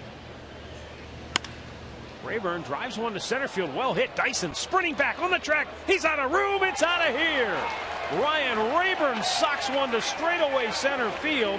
And I got to tell you, after the first 3 games of this series, I wondered if we'd ever see anyone hit one out of here to center.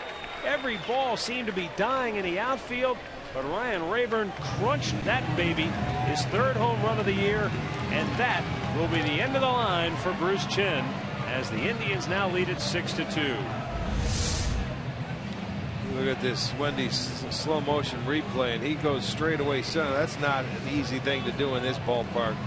410 to straightaway center. He stayed on it, and Dyson runs out of room. The 2nd home run for the Indians this afternoon, and they have hit their share of home runs. They have hit 28 now in the month of July, which is the 2nd most in the majors. And 2 of Rayburn's 3 home runs have come here in the month of July.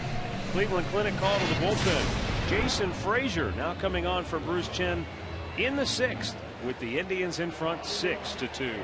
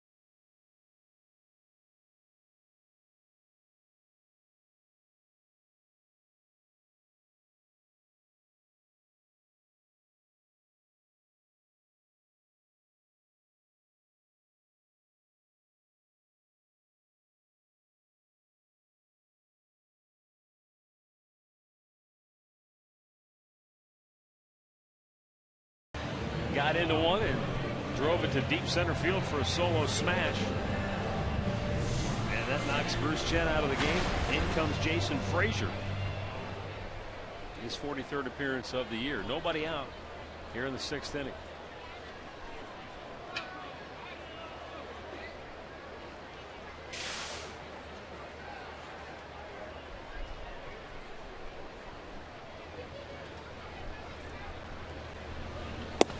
At the knees, a strike.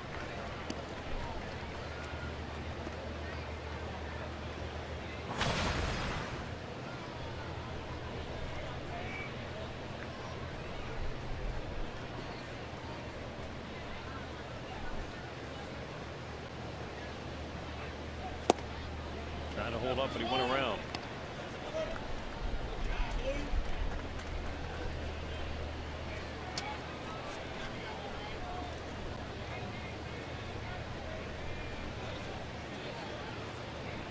Bruce Chen, the first time through the lineup, they were 0 for 7. Second time through, they were 3 for 6. And the third time, they were 5 for 6 before he is being removed. So whatever they did, they saw that first time. They made adjustments a second and smoked them the third.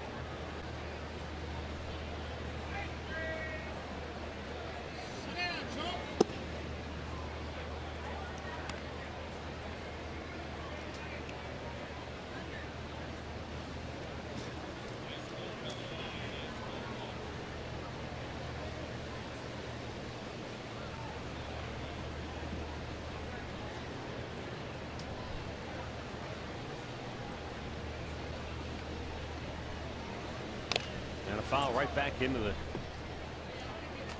mask or chest protector of the catcher, Brett Hayes.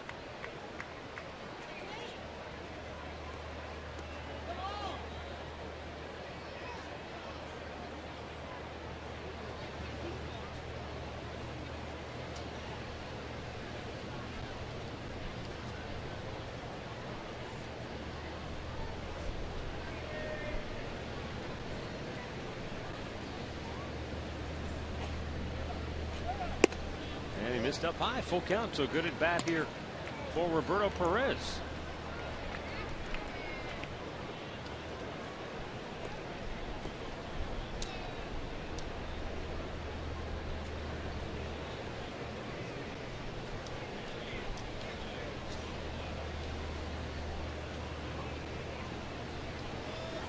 And the payoff pitch is hammered to deep left field. Back is Gordon. And he pulls it down right in front of the warning track. Out number 1. Hard hit ball by Perez. In-game recap brought to you by your Toyota dealers. Gerard Dyson in Kansas City, the early lead. They had a 2-0 advantage. Then the Indians started chipping away as Asdrubal Cabrera with an RBI single. Carlos Santana with a 2-run shot down the line. Made it 5-2 Cleveland, and then Ryan Rayburn with the solo smash here in the 6th.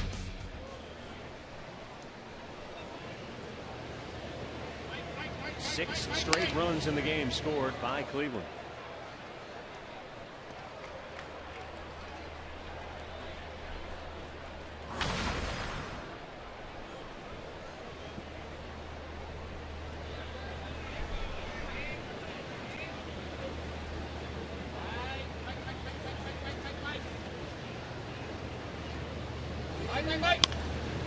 Popped up foul and out of play.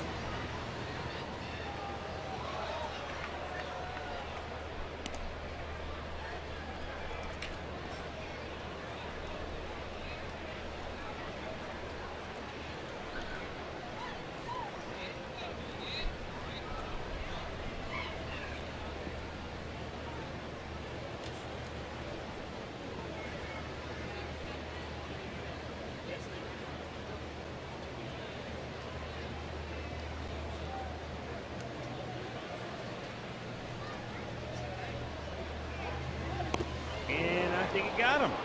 Another Indian hit on an 0-2 pitch. And Aviles is in a lot of pain right now. I think I got him on the wrist. Or maybe right on the hand, maybe. The Look hand, at, yeah, he's holding it.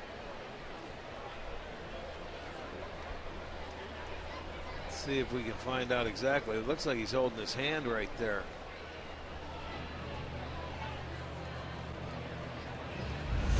Take another look and see if we can pick it up, Rick.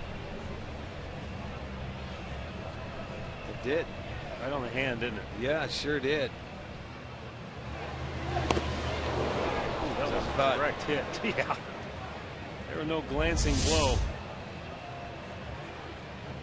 He appears to be okay.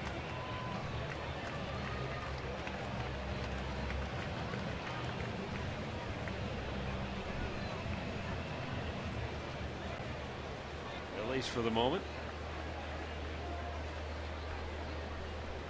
He wears a protective device on that hand and wrist when he goes into base running mode. So hopefully that'll help him. Wish he would have had it on when he was hit. I was thinking the same thing. I wonder if he can. I wonder if he can use it when he swings. Well, that sort of mobilizes your wrist. So when you're sliding, that's why they wear that pad, that you don't, sprain your wrist or do anything. So it keeps it. It'd be awfully tough to hit with it.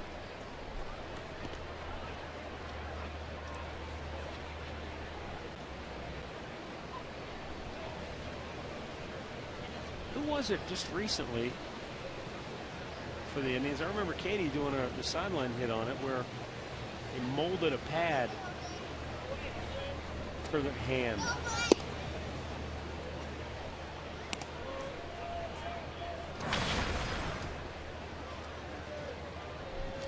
No, a lot of times guys get on, they push that hand down when they have to slide instead of keeping their hands up. Yeah. And sometimes guys will go head first and you protect the wrist going into bases. Aviles takes off. He's going to try. Oh, and Hayes couldn't get it out of his glove. So Aviles has an easy steal. And he's in the scoring position with one out. Good jump. And Hayes just in the transfer couldn't get rid of it. So he gets his 10th stolen base easily. Good pitch to throw on. He just in the transfer couldn't get it out.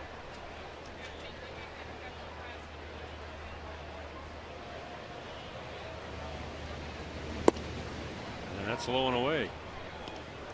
2-2 for Jose Ramirez, who singled in the 5th and came around to score.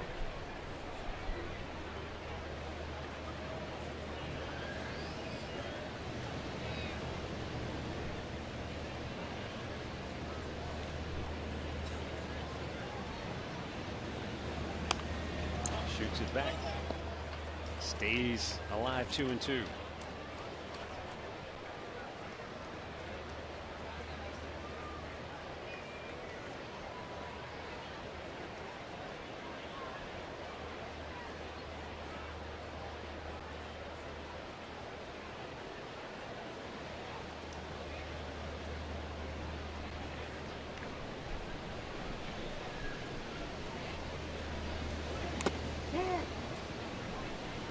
Just nicked the bat.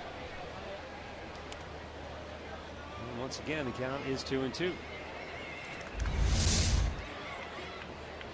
He barely moved that bat and got a piece of it and goes straight into the ground as a foul ball.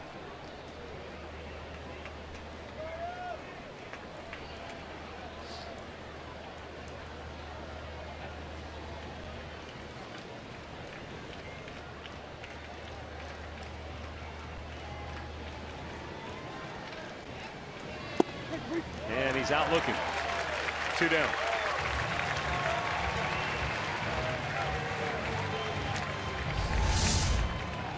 You see a low fastball that Ramirez gives up on, and he gets the called 3rd strike. Frazier, his first strikeout. Well, Asdrubal Cabrera's return to the lineup has been a good one. 2 for 3, 2 singles, an RBI, and 2 runs scored.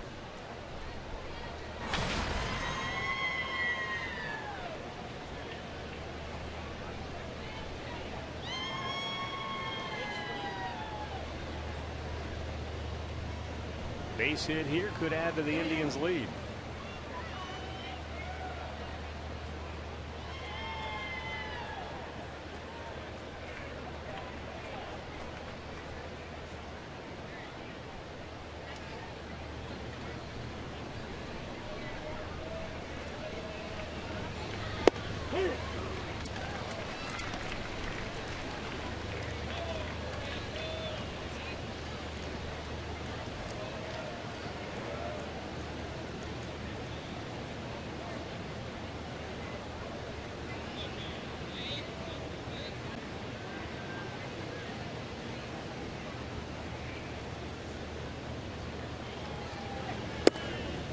Just missed inside with it.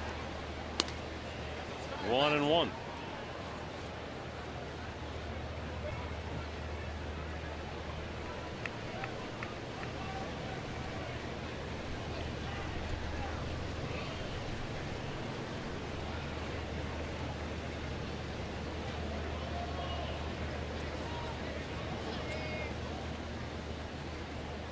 Cabrera stepping away.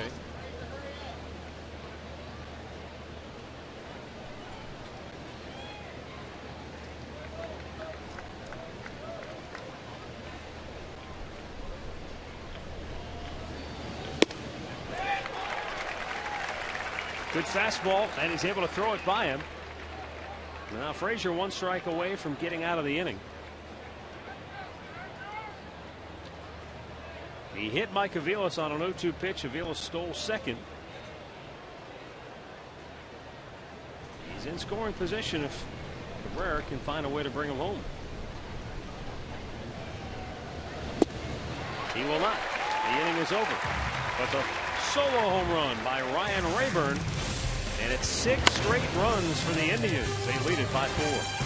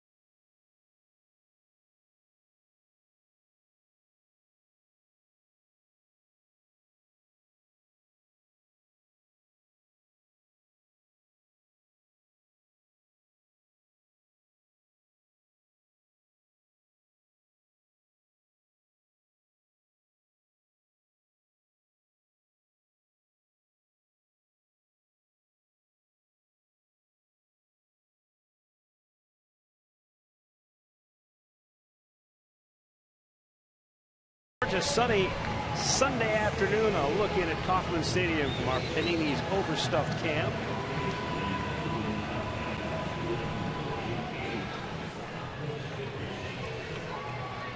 With the 6-2 lead, the Tribe goes to Chris Dickerson now to take over in left field defensively. And Danny Salazar goes to work on Alex Gordon. And a first pitch strike. Gordon, then Salvador Perez and Mike Moustakas. Cleveland bullpen is quiet.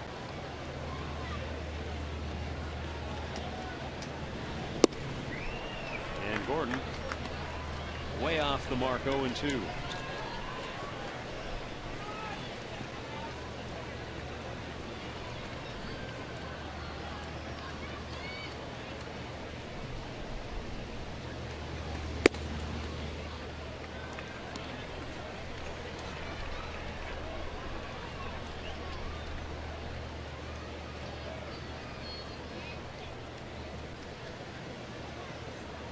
Kansas City with 5 hits on the afternoon. 4 of them have come with 2 outs.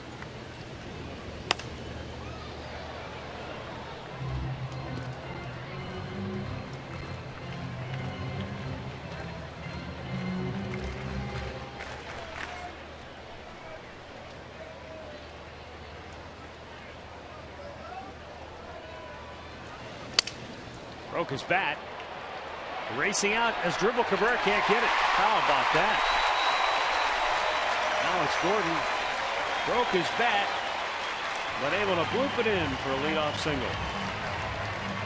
Yeah, shattered his bat. I mean, he couldn't have placed it. He couldn't have went out there and threw it in the middle of everybody else any better than this ball was placed right here. You see everybody converging on it. The closest one was Cabrera, but no chance for him. So it'll go as a base hit, leadoff single here in the 6th. Gordon drove in one of the 2 runs for the Royals, so he's 1 for 2 with a ribby.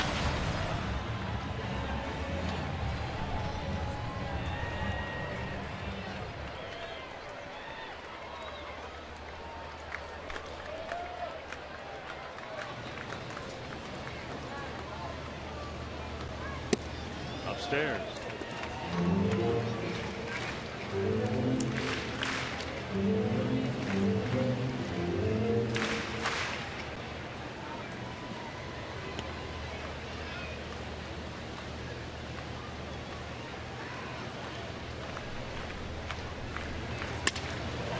In the air to left.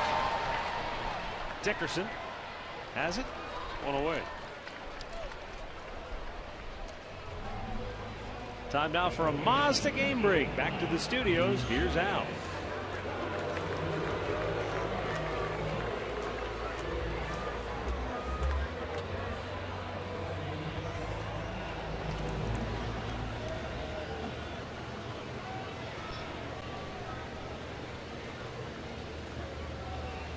All right, thanks, Al.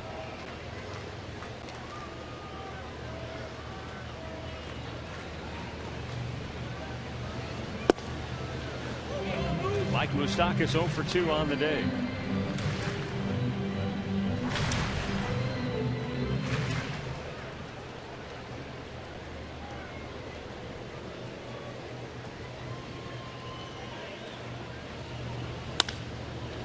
And another pop-up to left field. Dickerson. 2 down.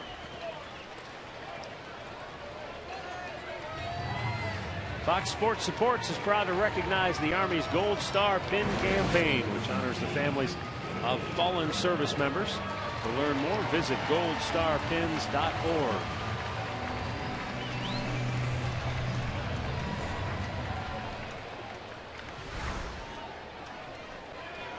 Billy Butler 1 for 2, a single and a run scored back in the 2nd inning.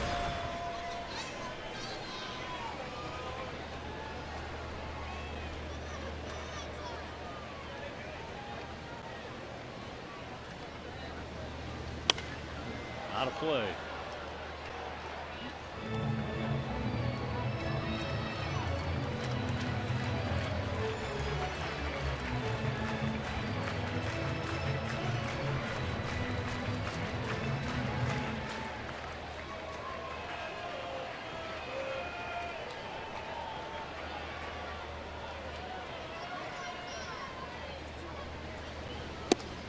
Threw it by him.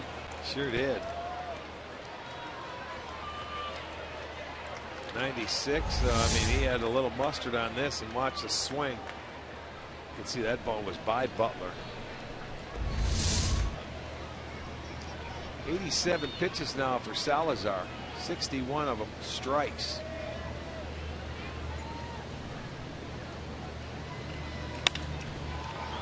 Out of play.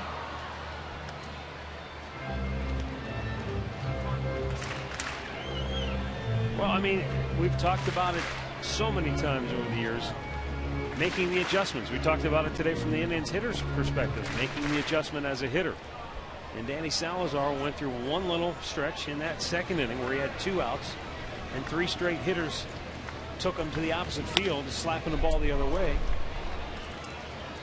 But since then, they haven't been able to string anything together against him. No, he's had good stuff today.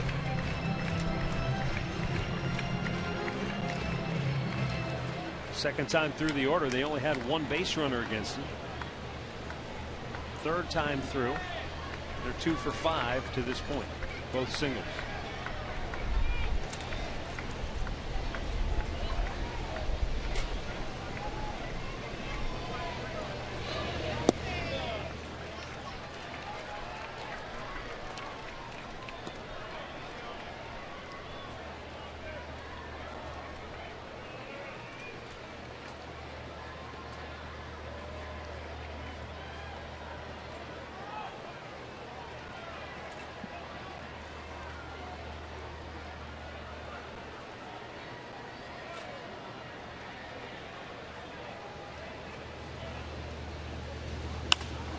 to right field down the line. This could be trouble. Swisher won't get it, and it's a fair ball.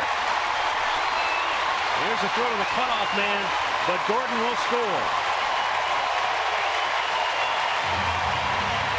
And Billy Butler continues his rampage against the Indians in this series. A big 2-out RBI double that lifts the Royals' spirits as they close the gap to 6-3. Yeah, that's the 5th 2-out hit now by Kansas City. As you can see, that ball just stayed inside the line and ricochets off the wall. With 2 outs, nothing you could do about it. Gordon was going to score from first base. Butler gets his 21st double, his 41st ribby. That cuts the lead in half. It's now a 6-3 Indians lead, and that'll bring Mickey Callaway to the mound as the Indians bullpen will start to get up and get loose. Now Scott Atchison getting up and getting loose in the Indians bullpen. But the 2-out hits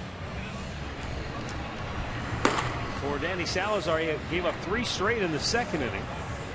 And that one by Butler, less than a foot from being a foul ball, but just inside the line, and that allowing Gordon to come all the way around the score. Well, Gordon led this inning off. He didn't make a bad pitch. He shattered his bat and he blooped one in. He was able to retire the next 2 guys, and Butler getting his second hit going the other way. That one just stayed inside the line. Everybody pretty much is taking Salazar up the middle the other way that have gotten base hits for Kansas City.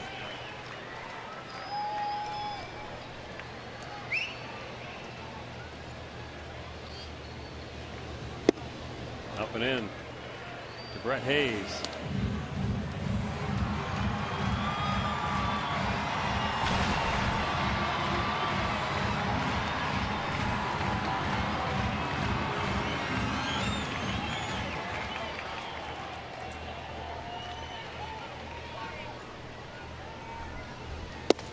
And a fastball in there at 94 miles an hour to even the count up at a 1-1. Well, we got timeout. You got a ball on the field out in right field. Swisher's trying to get everybody's attention. Finally, the flag's down first base umpire Chris Conroy. Well, you don't want to give Kansas City any more momentum than what they have right now, especially the way they came back yesterday down from 5-0. A base hit here, and if they could cut that lead to 6-4, boy, they would start believing that they could do it again.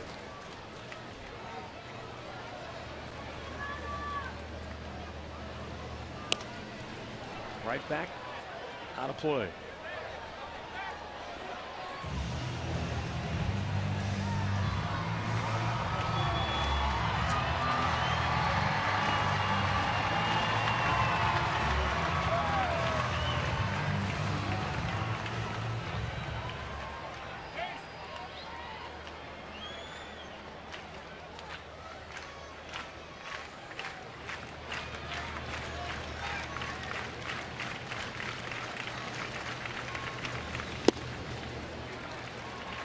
Wow, 97 miles an hour. So Salazar still plenty in the tank.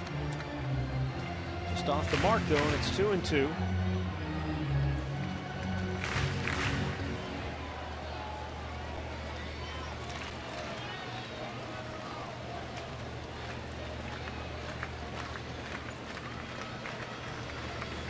He strikes him out to end the inning. Orioles get a run back, and after 6 complete, it's the Indians 6 and the Royals 3.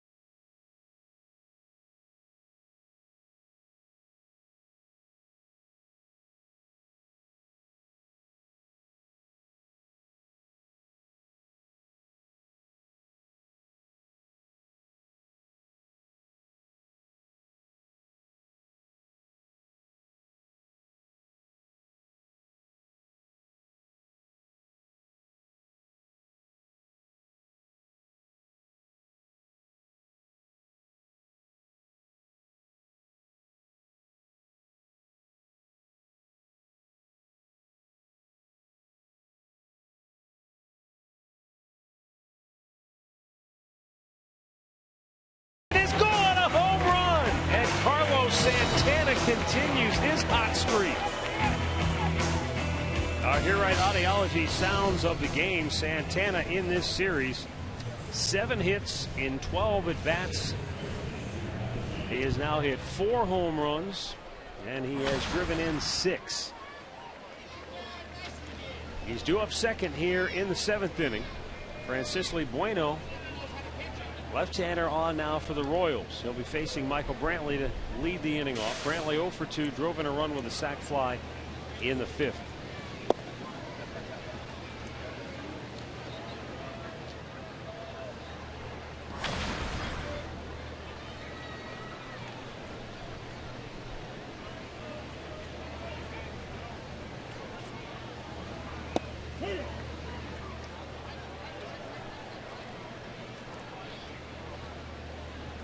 Certainly could be a very positive development, though, for the Indians if Santana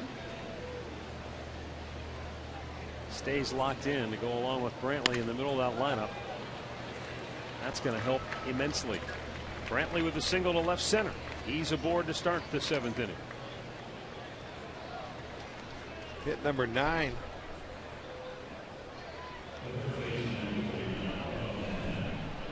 And Michael gets a base knock. Been hitting the ball well on the road trip. Hasn't had a lot of luck.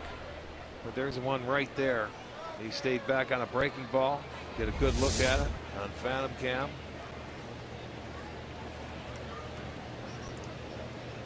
And now Santana.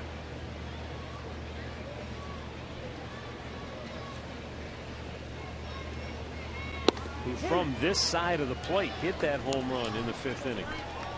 Somehow kept it fair. Yeah, down the line drive down the right field line. That's hard to do as a right-handed hitter. Let's talk about getting on top, and really he just hit that ball and it sliced. It stayed fair though.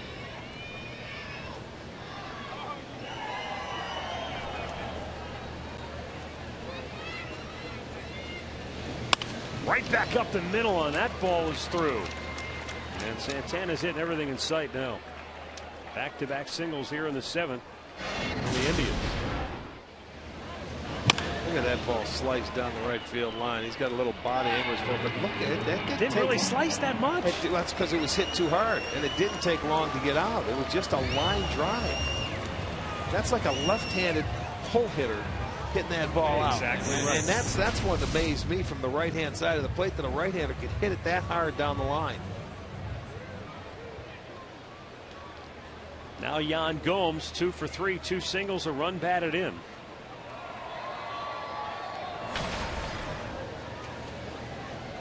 Gomes came into the game batting .347 against left-handers, and is 2 for 3 against the lefty chin. And now Bueno wants to talk with Perez.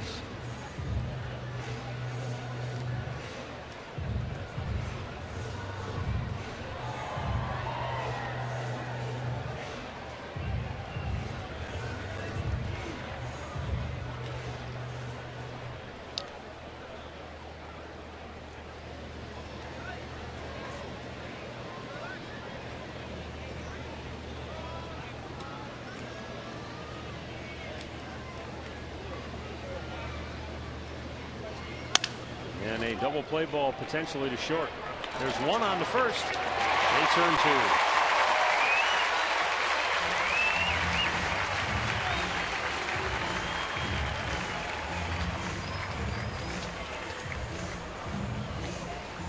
So Yan Gomes, who came into that bat hitting .356 off left-handed pitching this season, it's into a twin killer, and now Bueno has a chance to get out of the inning.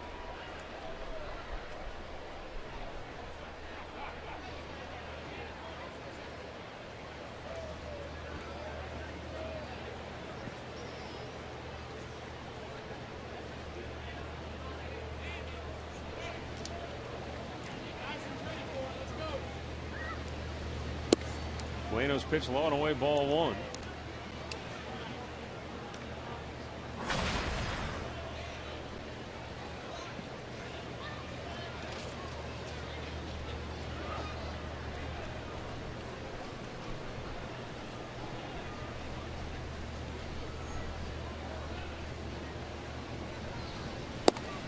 inside. He missed 2 balls and no strikes.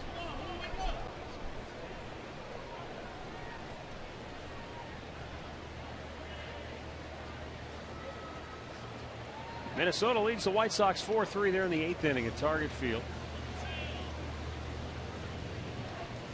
Tigers have a 1-0 lead over the Angels there in the 3rd inning in Anaheim.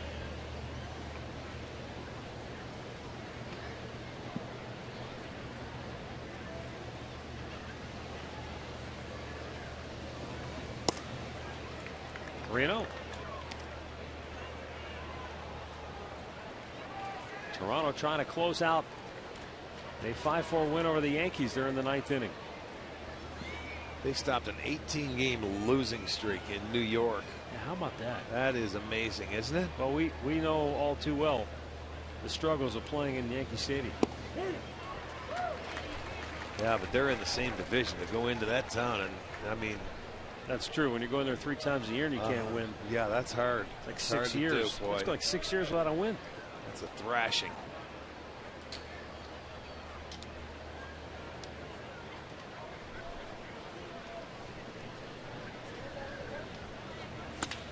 To right field, a base hit for Nick Swisher. That's going to snap. An 0 for 21 slump, and it brings home Michael Brantley. And the Indians have a 7-3 lead. Swisher picks up his 41st run batted in on the year.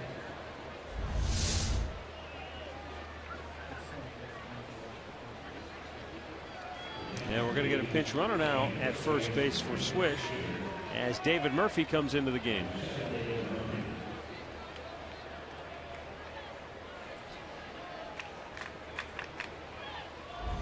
Murphy will go in now defensively in right field.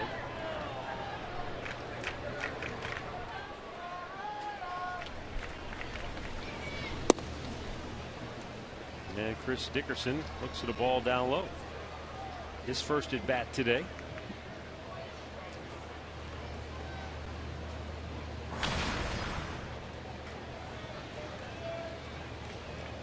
Dickerson, who swung the bat extremely well since coming to the Indians, now in his first cold spell, 0 for his last 10. And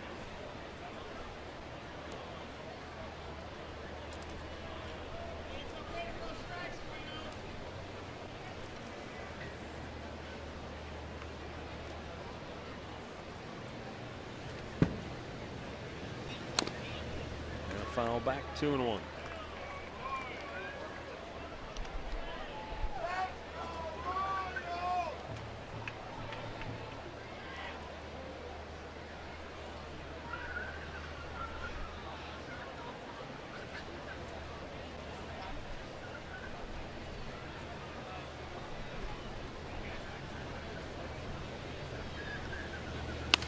Dickerson shoots one to left field.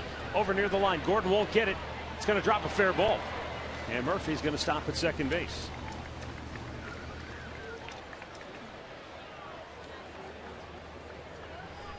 So Chris Dickerson snaps an 0 for 10 by just literally blooping one down the line and just inside the chalk. That wind maybe helped keep it fair as well, as that thing was slicing, but stayed inside the line, drops down. They have 4 hits in the inning. They have 12 on the game.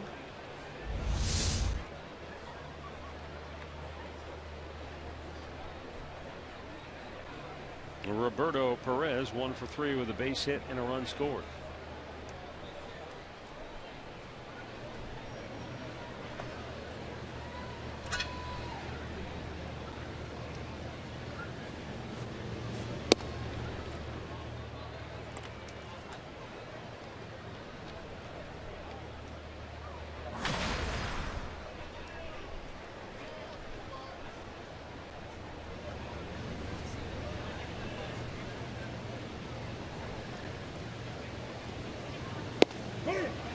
Bueno fires it in there.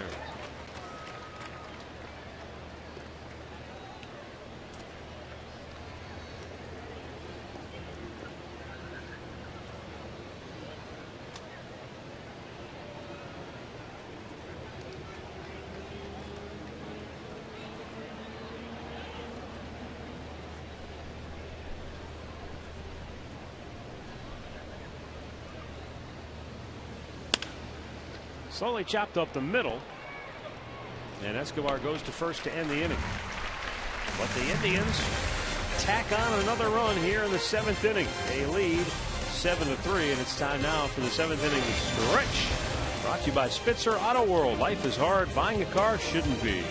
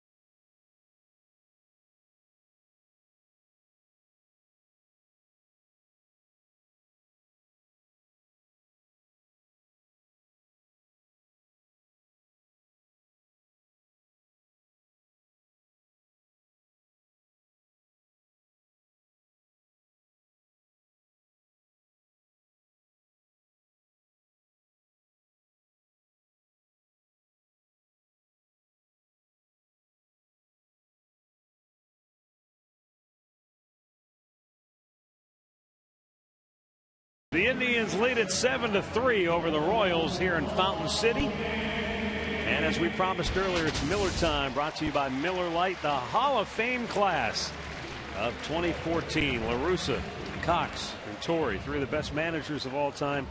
Maddox and Glavine, the two stalwarts in that Braves starting pitching rotation. Greg Maddux, of course, started out with the Cubs. And he was the ultimate in control. Pinpoint precision pitcher, Tom Glavine. So was he. He wasn't bad either with the changeup and never give in. And he was on the mound in that final game of the '95 World Series that brought the Braves their only World Championship in Atlanta. And of course, the big hurt, Frank Thomas, the one bat in his Hall of Fame class, and what a bat it was. Consistency, Rick, year in, year out. Yeah, I mean, on base percentage, hit for high average, take the walks, hit for power, drive in runs. Congratulations to all of those men. And a bit of controversy coming out of Hall of Fame weekend. Of course, if it's baseball, it doesn't always work out that way. They can't just have one good weekend where it's all positive. There's got to be. They changed the voting procedure now. One of the changes they made. So your eligibility goes from 15 years now down to just 10 years. A lot of people feel that's directed at the so-called steroid era guys, so they'll have fewer years to be eligible on the ballot. Well, you know what? Interesting. I don't know what takes 15 years to get a Hall of Famer into the Hall of Fame anyway. You either are or you aren't, right? In my opinion, yes. You've been around. Why would you have to wait? So writers can finally decide, well, yeah, I think he belongs now after 12, 13, 14, 15 years. So, I mean, to me, that doesn't make a big deal. That's fine.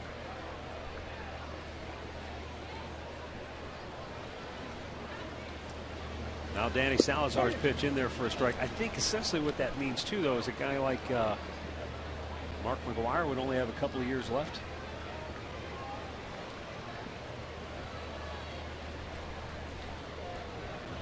Now the 3-1. And a strike called, full count.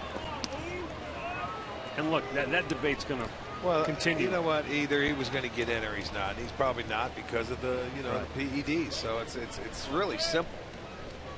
No big deal. Dyson in the air to left. Cruising back Dickerson. One down. I mean, there's going to be that dialogue and that debate.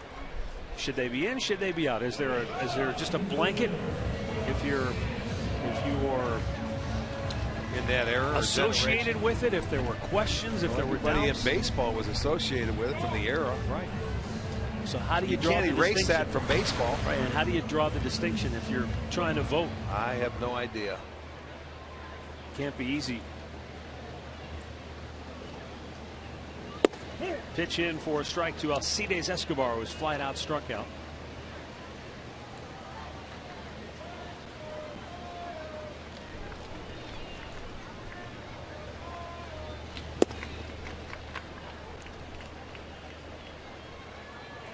One on one as Danny Salazar continues to pitch a terrific game here today. And scattered 7 hits. Back out of play. Yeah, Danny coming off his last start. That one against the Minnesota Twins where he won his first road game in his career. You know, and he's made this is now his 12th start. Chance to win back-to-back games on the road for the Indians, and it'd be the last 2 after winning the first 3 when they were in Detroit. So he's been able to step up. Of course, the Indians have 7 runs on the board now. They scored the 4th, 5th, 6th, and 7th. But Salazar this afternoon has moved his fastball around. He's thrown some nice sliders, a couple different changeups. The difference to me for Danny Salazar, he's got to command that fastball. That's what he was last year when he came up as a fastball pitcher. Utilize that. So the bulk of your pitches being the fastball, and then you can go to a couple of your off-speed pitches.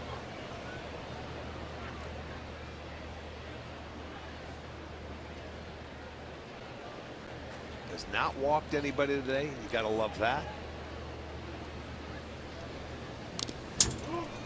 Aoki fouls it right back.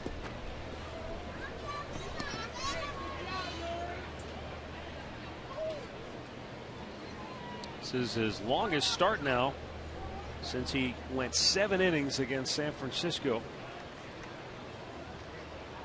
on April 27th. That's his longest start of the year. Danny was winless in the month of April. And really didn't pitch well other than that great start he had against the Giants, and that game they didn't score for him. He left with a no decision. The Tribe would eventually wind up losing to the Giants 4-1.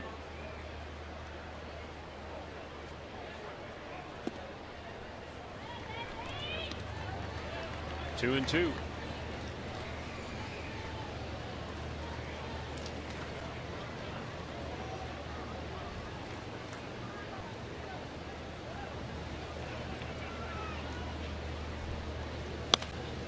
Fouled right back. Aoki doubled and scored in the 3rd. Base hit his last time up.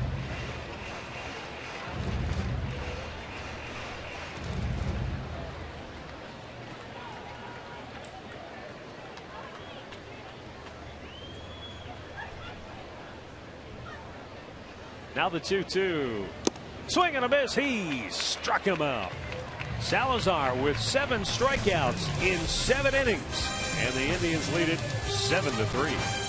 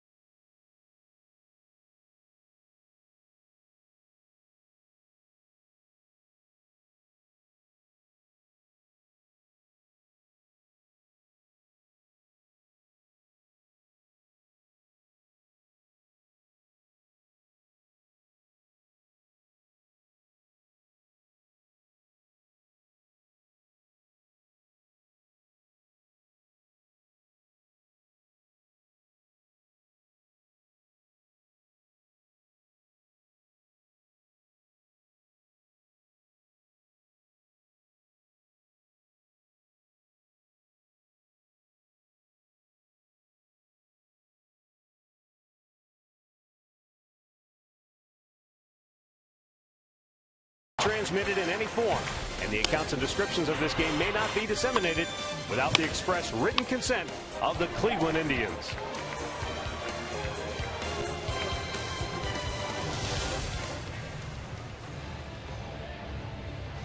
Danny Salazar gets pat from his manager. Well, job well done. 7-3, Indians lead it.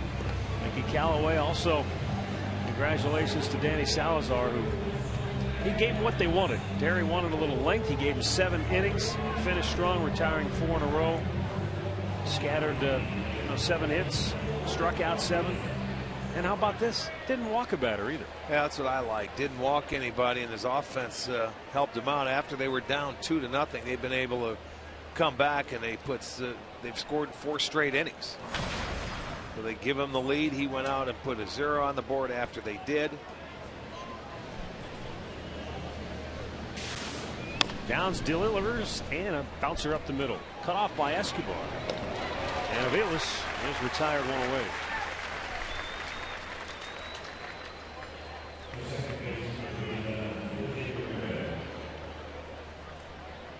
Jose Ramirez 1 for 4 with a single and a run scored.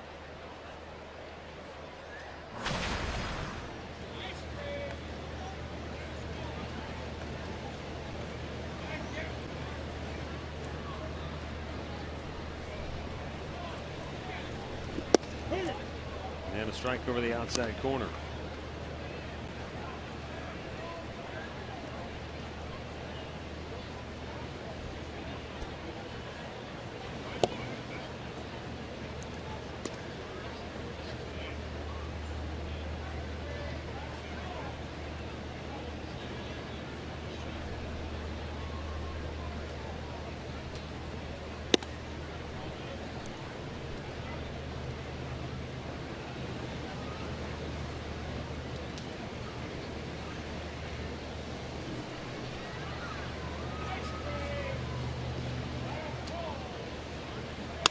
And Ramirez smokes it just foul third base side.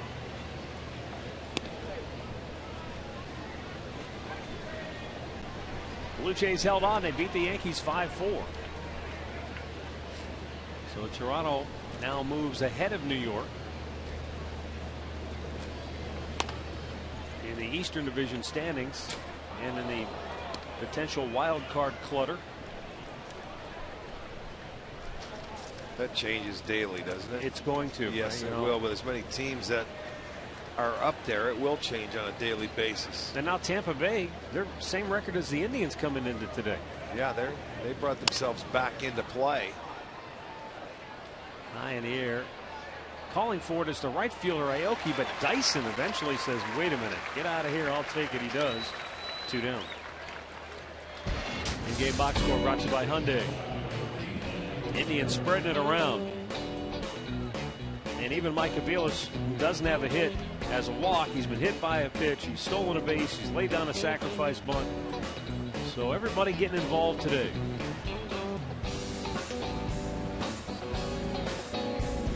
Nick Swisher snapped a skid with an RBI single with 2 outs in the 7th inning. Santana continuing to swing a very hot bat. Michael Brantley, who's been hot all year long, he's driven in a run and has a hit. Asdrubal Cabrera back in the lineup today. Good to see him swinging it well. A couple of hits, a ribby, a run scored. Ryan Rayburn going deep with authority. Yan Gomes 2 more hits and a run driven in.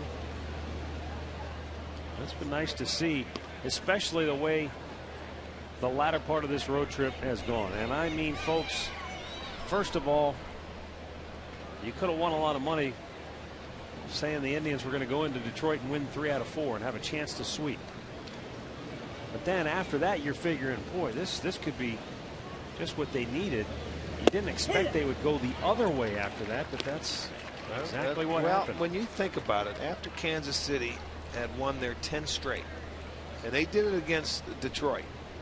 They were in Detroit. They had beat them 3 straight games. They had a chance to sweep them in a 4-game series, and Detroit came back and beat them 2-1. Same thing that happened. The Tigers beat the Indians 2-1 after they beat 3 out of 4. Kansas City went south for that next month after they left Detroit, and they had taken first place in that series. Right. And then they ended up falling down. Now Indians, same thing happened to them. They go in, take the first 3, had a chance to sweep, and then they start going south. They're going to have to turn it around. And it was big because you go to Minnesota, you come to Kansas City. It was in their division where they had to, to play good, solid baseball. Cabrera grounds out. The Indians go 1-2-3 for the first time since the first inning.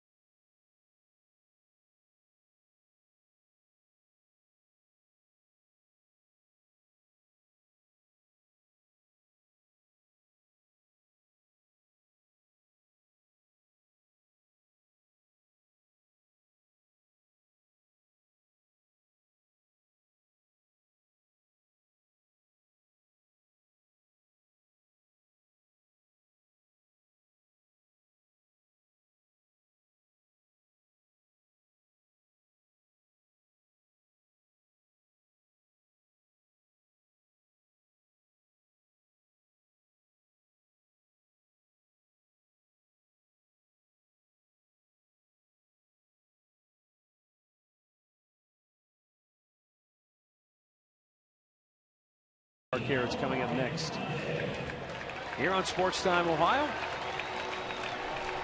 And Brian Shaw now will pitch for Cleveland, taking over for Danny Salazar.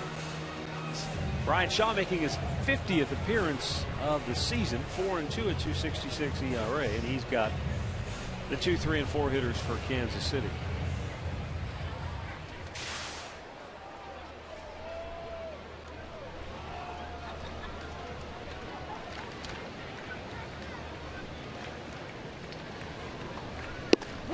Picking up on the point you were making before the third out of the inning, both Kansas City and Cleveland went into Detroit this year. Both won the first 3 games of a 4-game series. Both lost a close game to close out the series, and both struggled after that immediately. Even though these are young teams, but by no means are these all rookies on the Cleveland and Kansas City rosters. Do you think they were affected by an emotional letdown? You're geeked up, you're jacked in a big series, you go and play well, and then you just can't maintain that level? You want to play, you want to prove to the Tigers, who have been, just dominant division winners for, 4 years in a row. Yeah, you want to prove to them that you can play against them, and you can do that, but you've got to bring that to your game every day. Doesn't matter who you play. You can't have a letdown, and I think it is easy to have a little bit of an emotional letdown once you leave there. They were going into Minnesota, and their offense just went south. As far as the Indians, I'm speaking, I don't know what happened to Kansas City from that point. I would assume their offense did the same thing. Michael Brantley goes into a slide and makes a terrific catch. And there's a case where that wind is knocking the ball down, and as he's running towards it, the wind's pushing it farther away from him. Well, yeah, it's one of those things where you watch, he goes laterally, and then all of a sudden he sees that ball not coming out to him, and that wind is pushing it down. So he had to put on the burners to get there and make a catch for out number 1.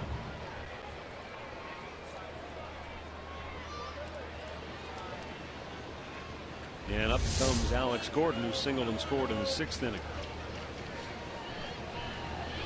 Well, I thought it was interesting because Mike Aviles had a quote, and Mike's been around. He's played on good teams. He's certainly no kid. But he said, look, we've proven that we can play with Detroit. When you go This in there, year they have. when you go into Detroit and beat them 3 out of 4, he said, we know we can play at that level, but we haven't been able to do it consistently outside of that. So that's, well, last year they were beaten up by the Tigers. They were 4-15. They wanted to prove it. This year they could do that. That'll be an easier play because it's going against the wind that way. It's they beat up on the sub 500 teams last year. The Indians did. They had the best record in all of baseball against teams under 500. This year they have about the same record they do against winning teams as they do sub 500 teams, and that's one thing that they really took advantage of, and you have to take advantage of. Beat the teams you're supposed to beat. that has, as long as there's been professional sports, that has been the key. That, and they haven't played on the road. They were 4-16 today coming in against left-handers on the road. They're looking to go 5-16. Well, their record again on the road is just awful to begin with. 22-34. Well, they 12 played games well. They were below over. 500. They were 500 on the road last year. That's what you do. You play 500 on the road. You take advantage of home cooking in your home field.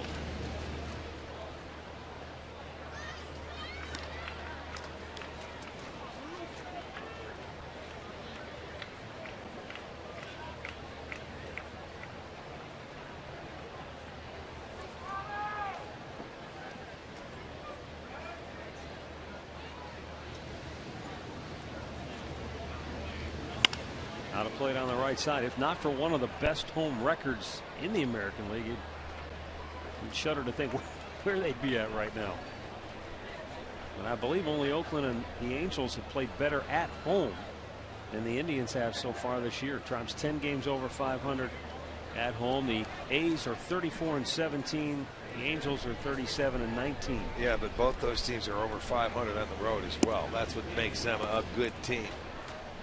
Yeah. They can take their game on the road and play the same as they do at home. Maybe not quite as good, but they can still put a W on at any time.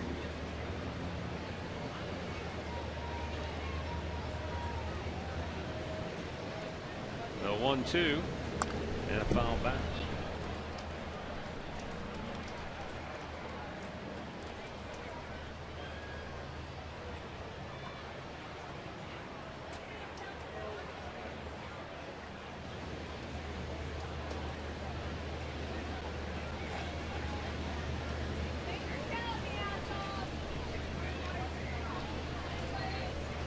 Now the 1-2. Popped up foul back out of play.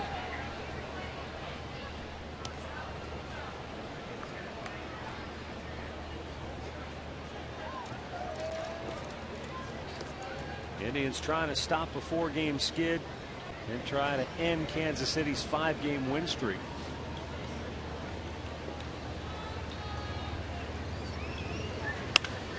And a fly ball to center field.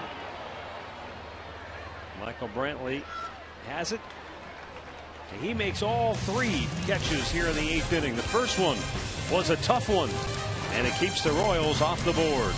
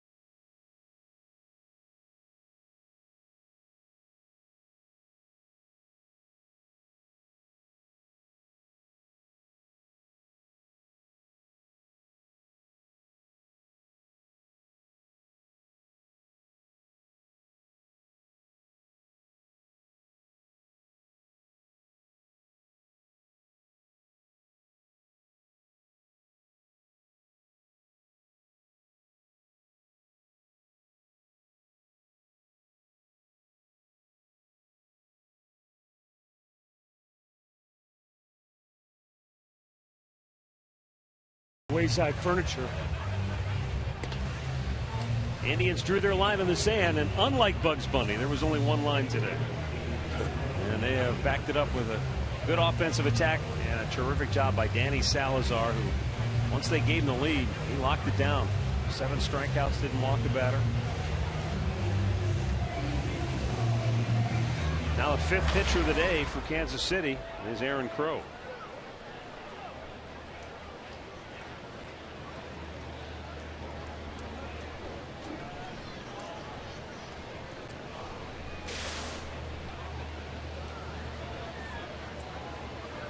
Brantley, Santana, and Gomes due up for the Indians.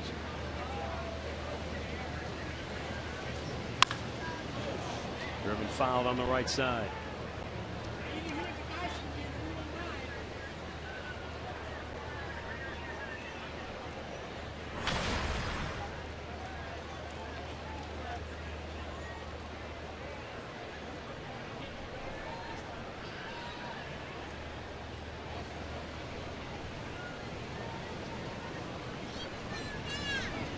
Down low.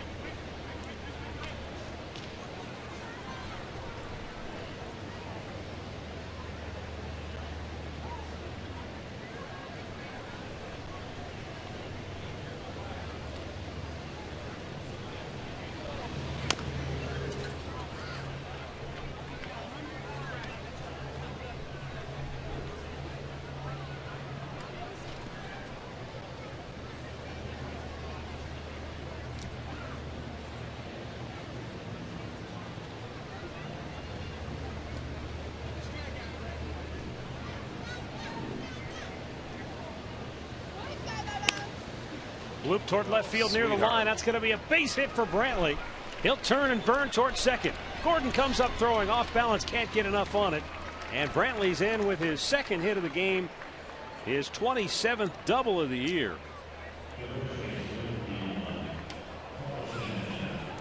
Well, that's a thing of beauty. He needs a few more of these. The way he has hit the ball on the road trip and had a lot of guys making catches on him. Hit them where they ain't, Michael. Good. He changed up on him, goes the other way. That'll go as a double, his 27th, his 2nd consecutive hit. So he's now 2 for 4.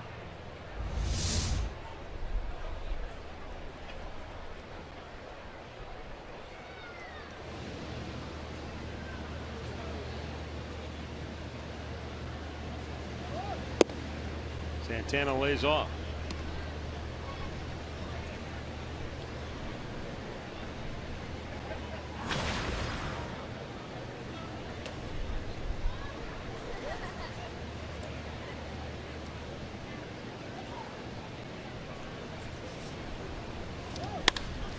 There's a high drive, deep right field. Aoki's back. He's on the track at the wall. It is gone. Santana drives it out of here. His 2nd multi-home run game of the series. A 2-run homer here in the 9th inning blows it open, and the Indians have a 9-3 lead. Santana now with 20 home runs on the year and 50 runs batted in. I mean, when you start hitting long balls and home run hitters get into a groove, I'll tell you what, he is, anything he hits, he's hitting it just perfectly, and he is hitting it deep. And this is not a home run hitting ballpark, but he's making this park look small, and that is hard to do. And he has in this series, and you should be beating your chest because that's a heck of a series for Carlos Santana. My goodness. What a series for Santana. 5 home runs, 9 runs batted in. And now Yan Gomes drives one to deep left field. And that's out of here. Gomes with his 14th home run of the season. And it's home run derby for the Tribe here in the 9th. That sends Royals fans scurrying for the exits. Yan Gomes with 3 more hits here today. 7 in the series. He hits a slider that he left down middle of the plate. That's the nitro zone for Yan Gomes. And he drilled it to left center field. They have 4 home runs on the day. They are in double digits now. It's a 10-3 ball game. 15 hits. You know, it's interesting, Rick.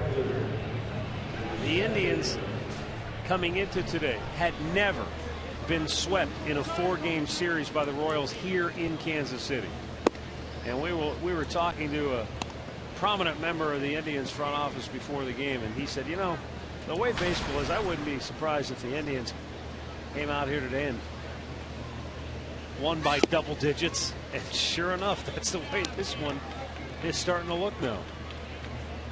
Well, it's hard to win a 4-game series. You end up losing 3 out of the 4. That's no good. That's the only second time that they've lost a 4-game series on the year.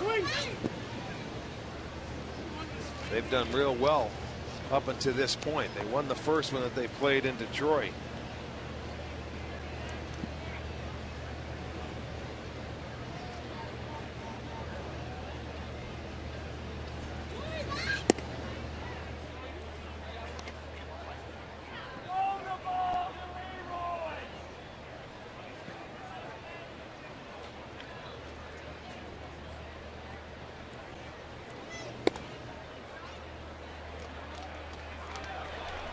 David Murphy draws a walk, and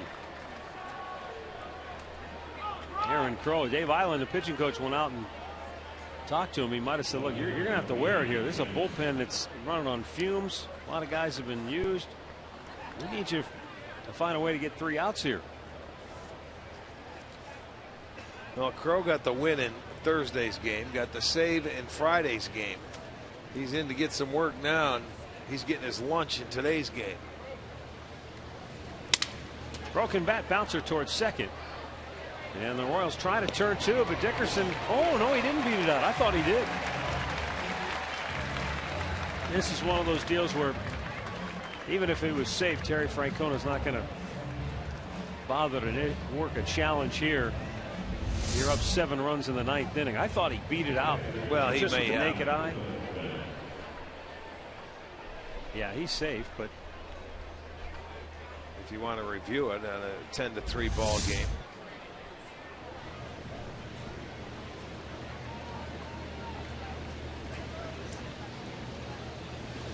Now, in a situation there, Rick, where, and I don't know how they handle this, but let's say that's a difference between a hit and an out.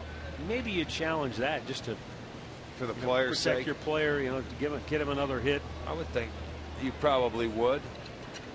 And you can speak to that. I mean, as a hitter, hits are tough to come by in this game.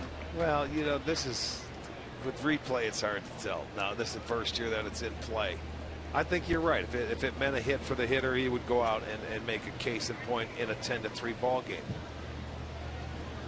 Because if you're a manager and you want your hitters to run down that line hard every time you break out of the batter's box, then you got to go protect him in that situation. So, yeah, I would say you do that because you want that kind of effort for him to put forth every day.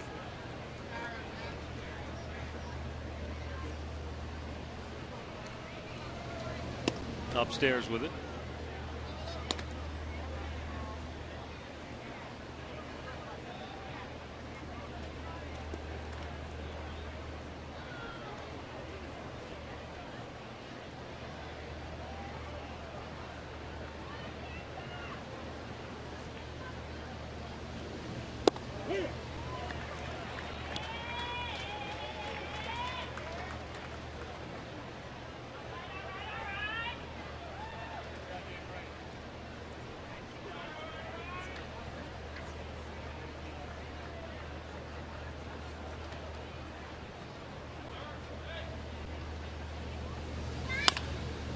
Up the middle, cut off by the shortstop Escobar, and the inning is over.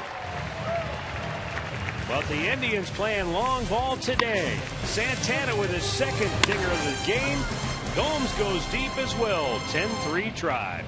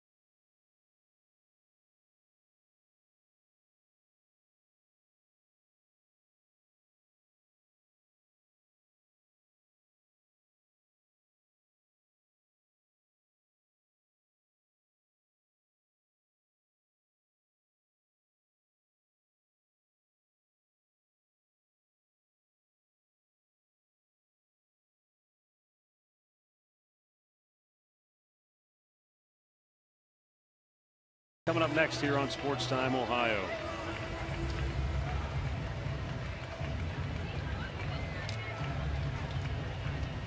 Kyle Crockett is on now to pitch the ninth, with the Indians in front 10-3, and he's got the 5, 6, and 7 hitters due up for Kansas City.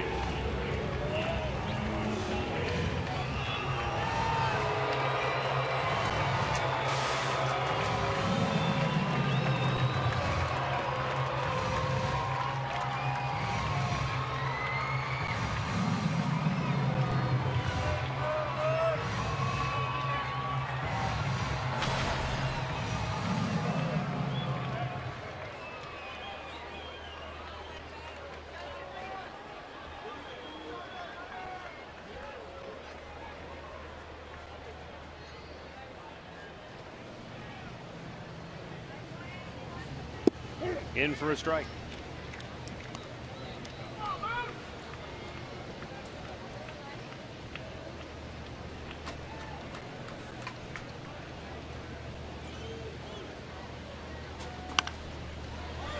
Popped him up on the infield. Mike Avila's coming in, and he's got that for out number 1.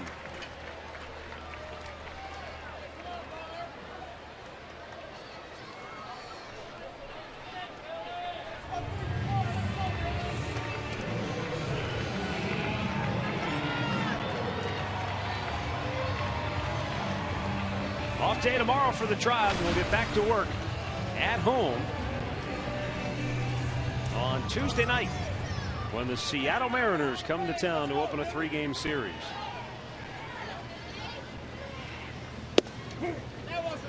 Seattle, Texas, and then Cincinnati on the upcoming homestand. Hope you'll make your plans to be at the ballpark with us on this upcoming homestand.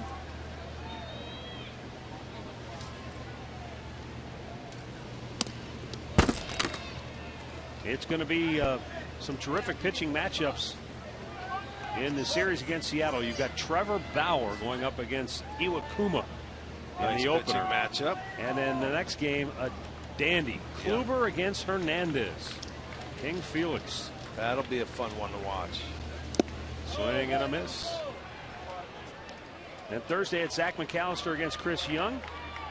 And then Friday night, the Texas Rangers come to town to open up a weekend series, followed by Cincinnati. And that's kind of an interesting deal now with the way the schedule works. The Tribe will play Cincinnati 4 straight, 2 at home, 2 in Cincinnati.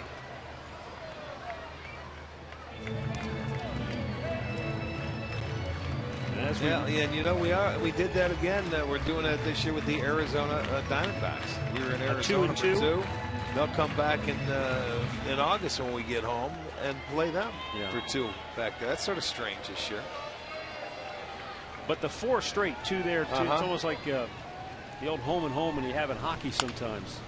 Off the glove of Crockett, and Butler's going to beat it out for an infield hit. He won't get many of those, but it's his 3rd hit of the game and his 6th hit in the series. Well, once Crockett touches it, he killed it. Cabrera was standing back there for an easy play, and I think he realized once he put his glove out there, watch, off the end, he probably should have just let it go. That's just reaction, though. As a pitcher, you get out there if you think you can catch it. Watch, it's going to be wide. He probably should have just let it go. Cabrera had it easily, but Big Billy Butler gets himself an infield hit. You're right. There's not many of those around for that guy.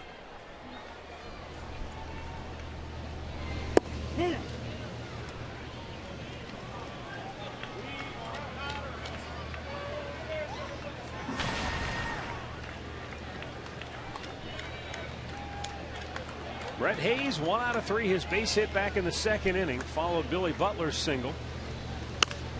And it helped Kansas City get on the board. Royals led it 2-0 after 3 innings. Then the Indians scored the next 6 runs before Kansas City finally answered with a run of their own in the bottom of the 6th. But since then, again, it's been all Tribe.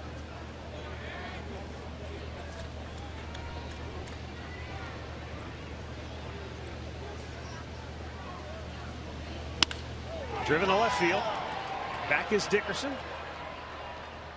And that's out number 2.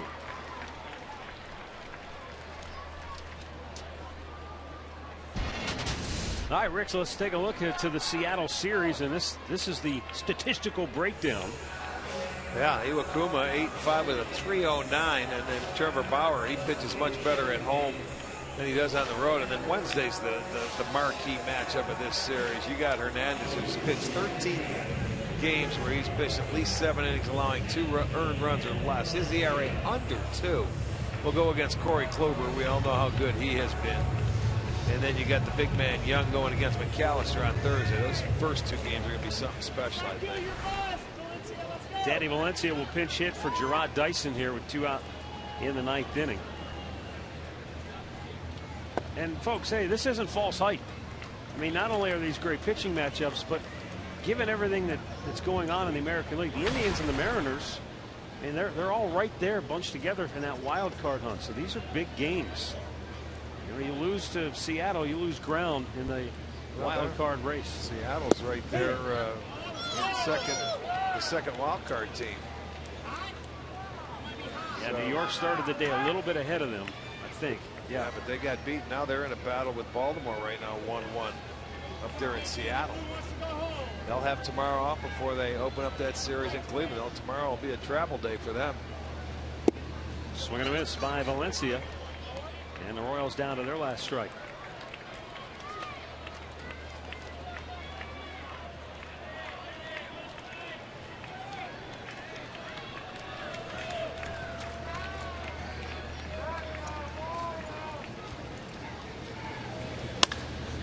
Rolling to short. Cabrera has it. He flips it to Ramirez, and the game is over. The Indians end the road trip with a convincing 10-3 trouncing of the Royals here in Kansas City.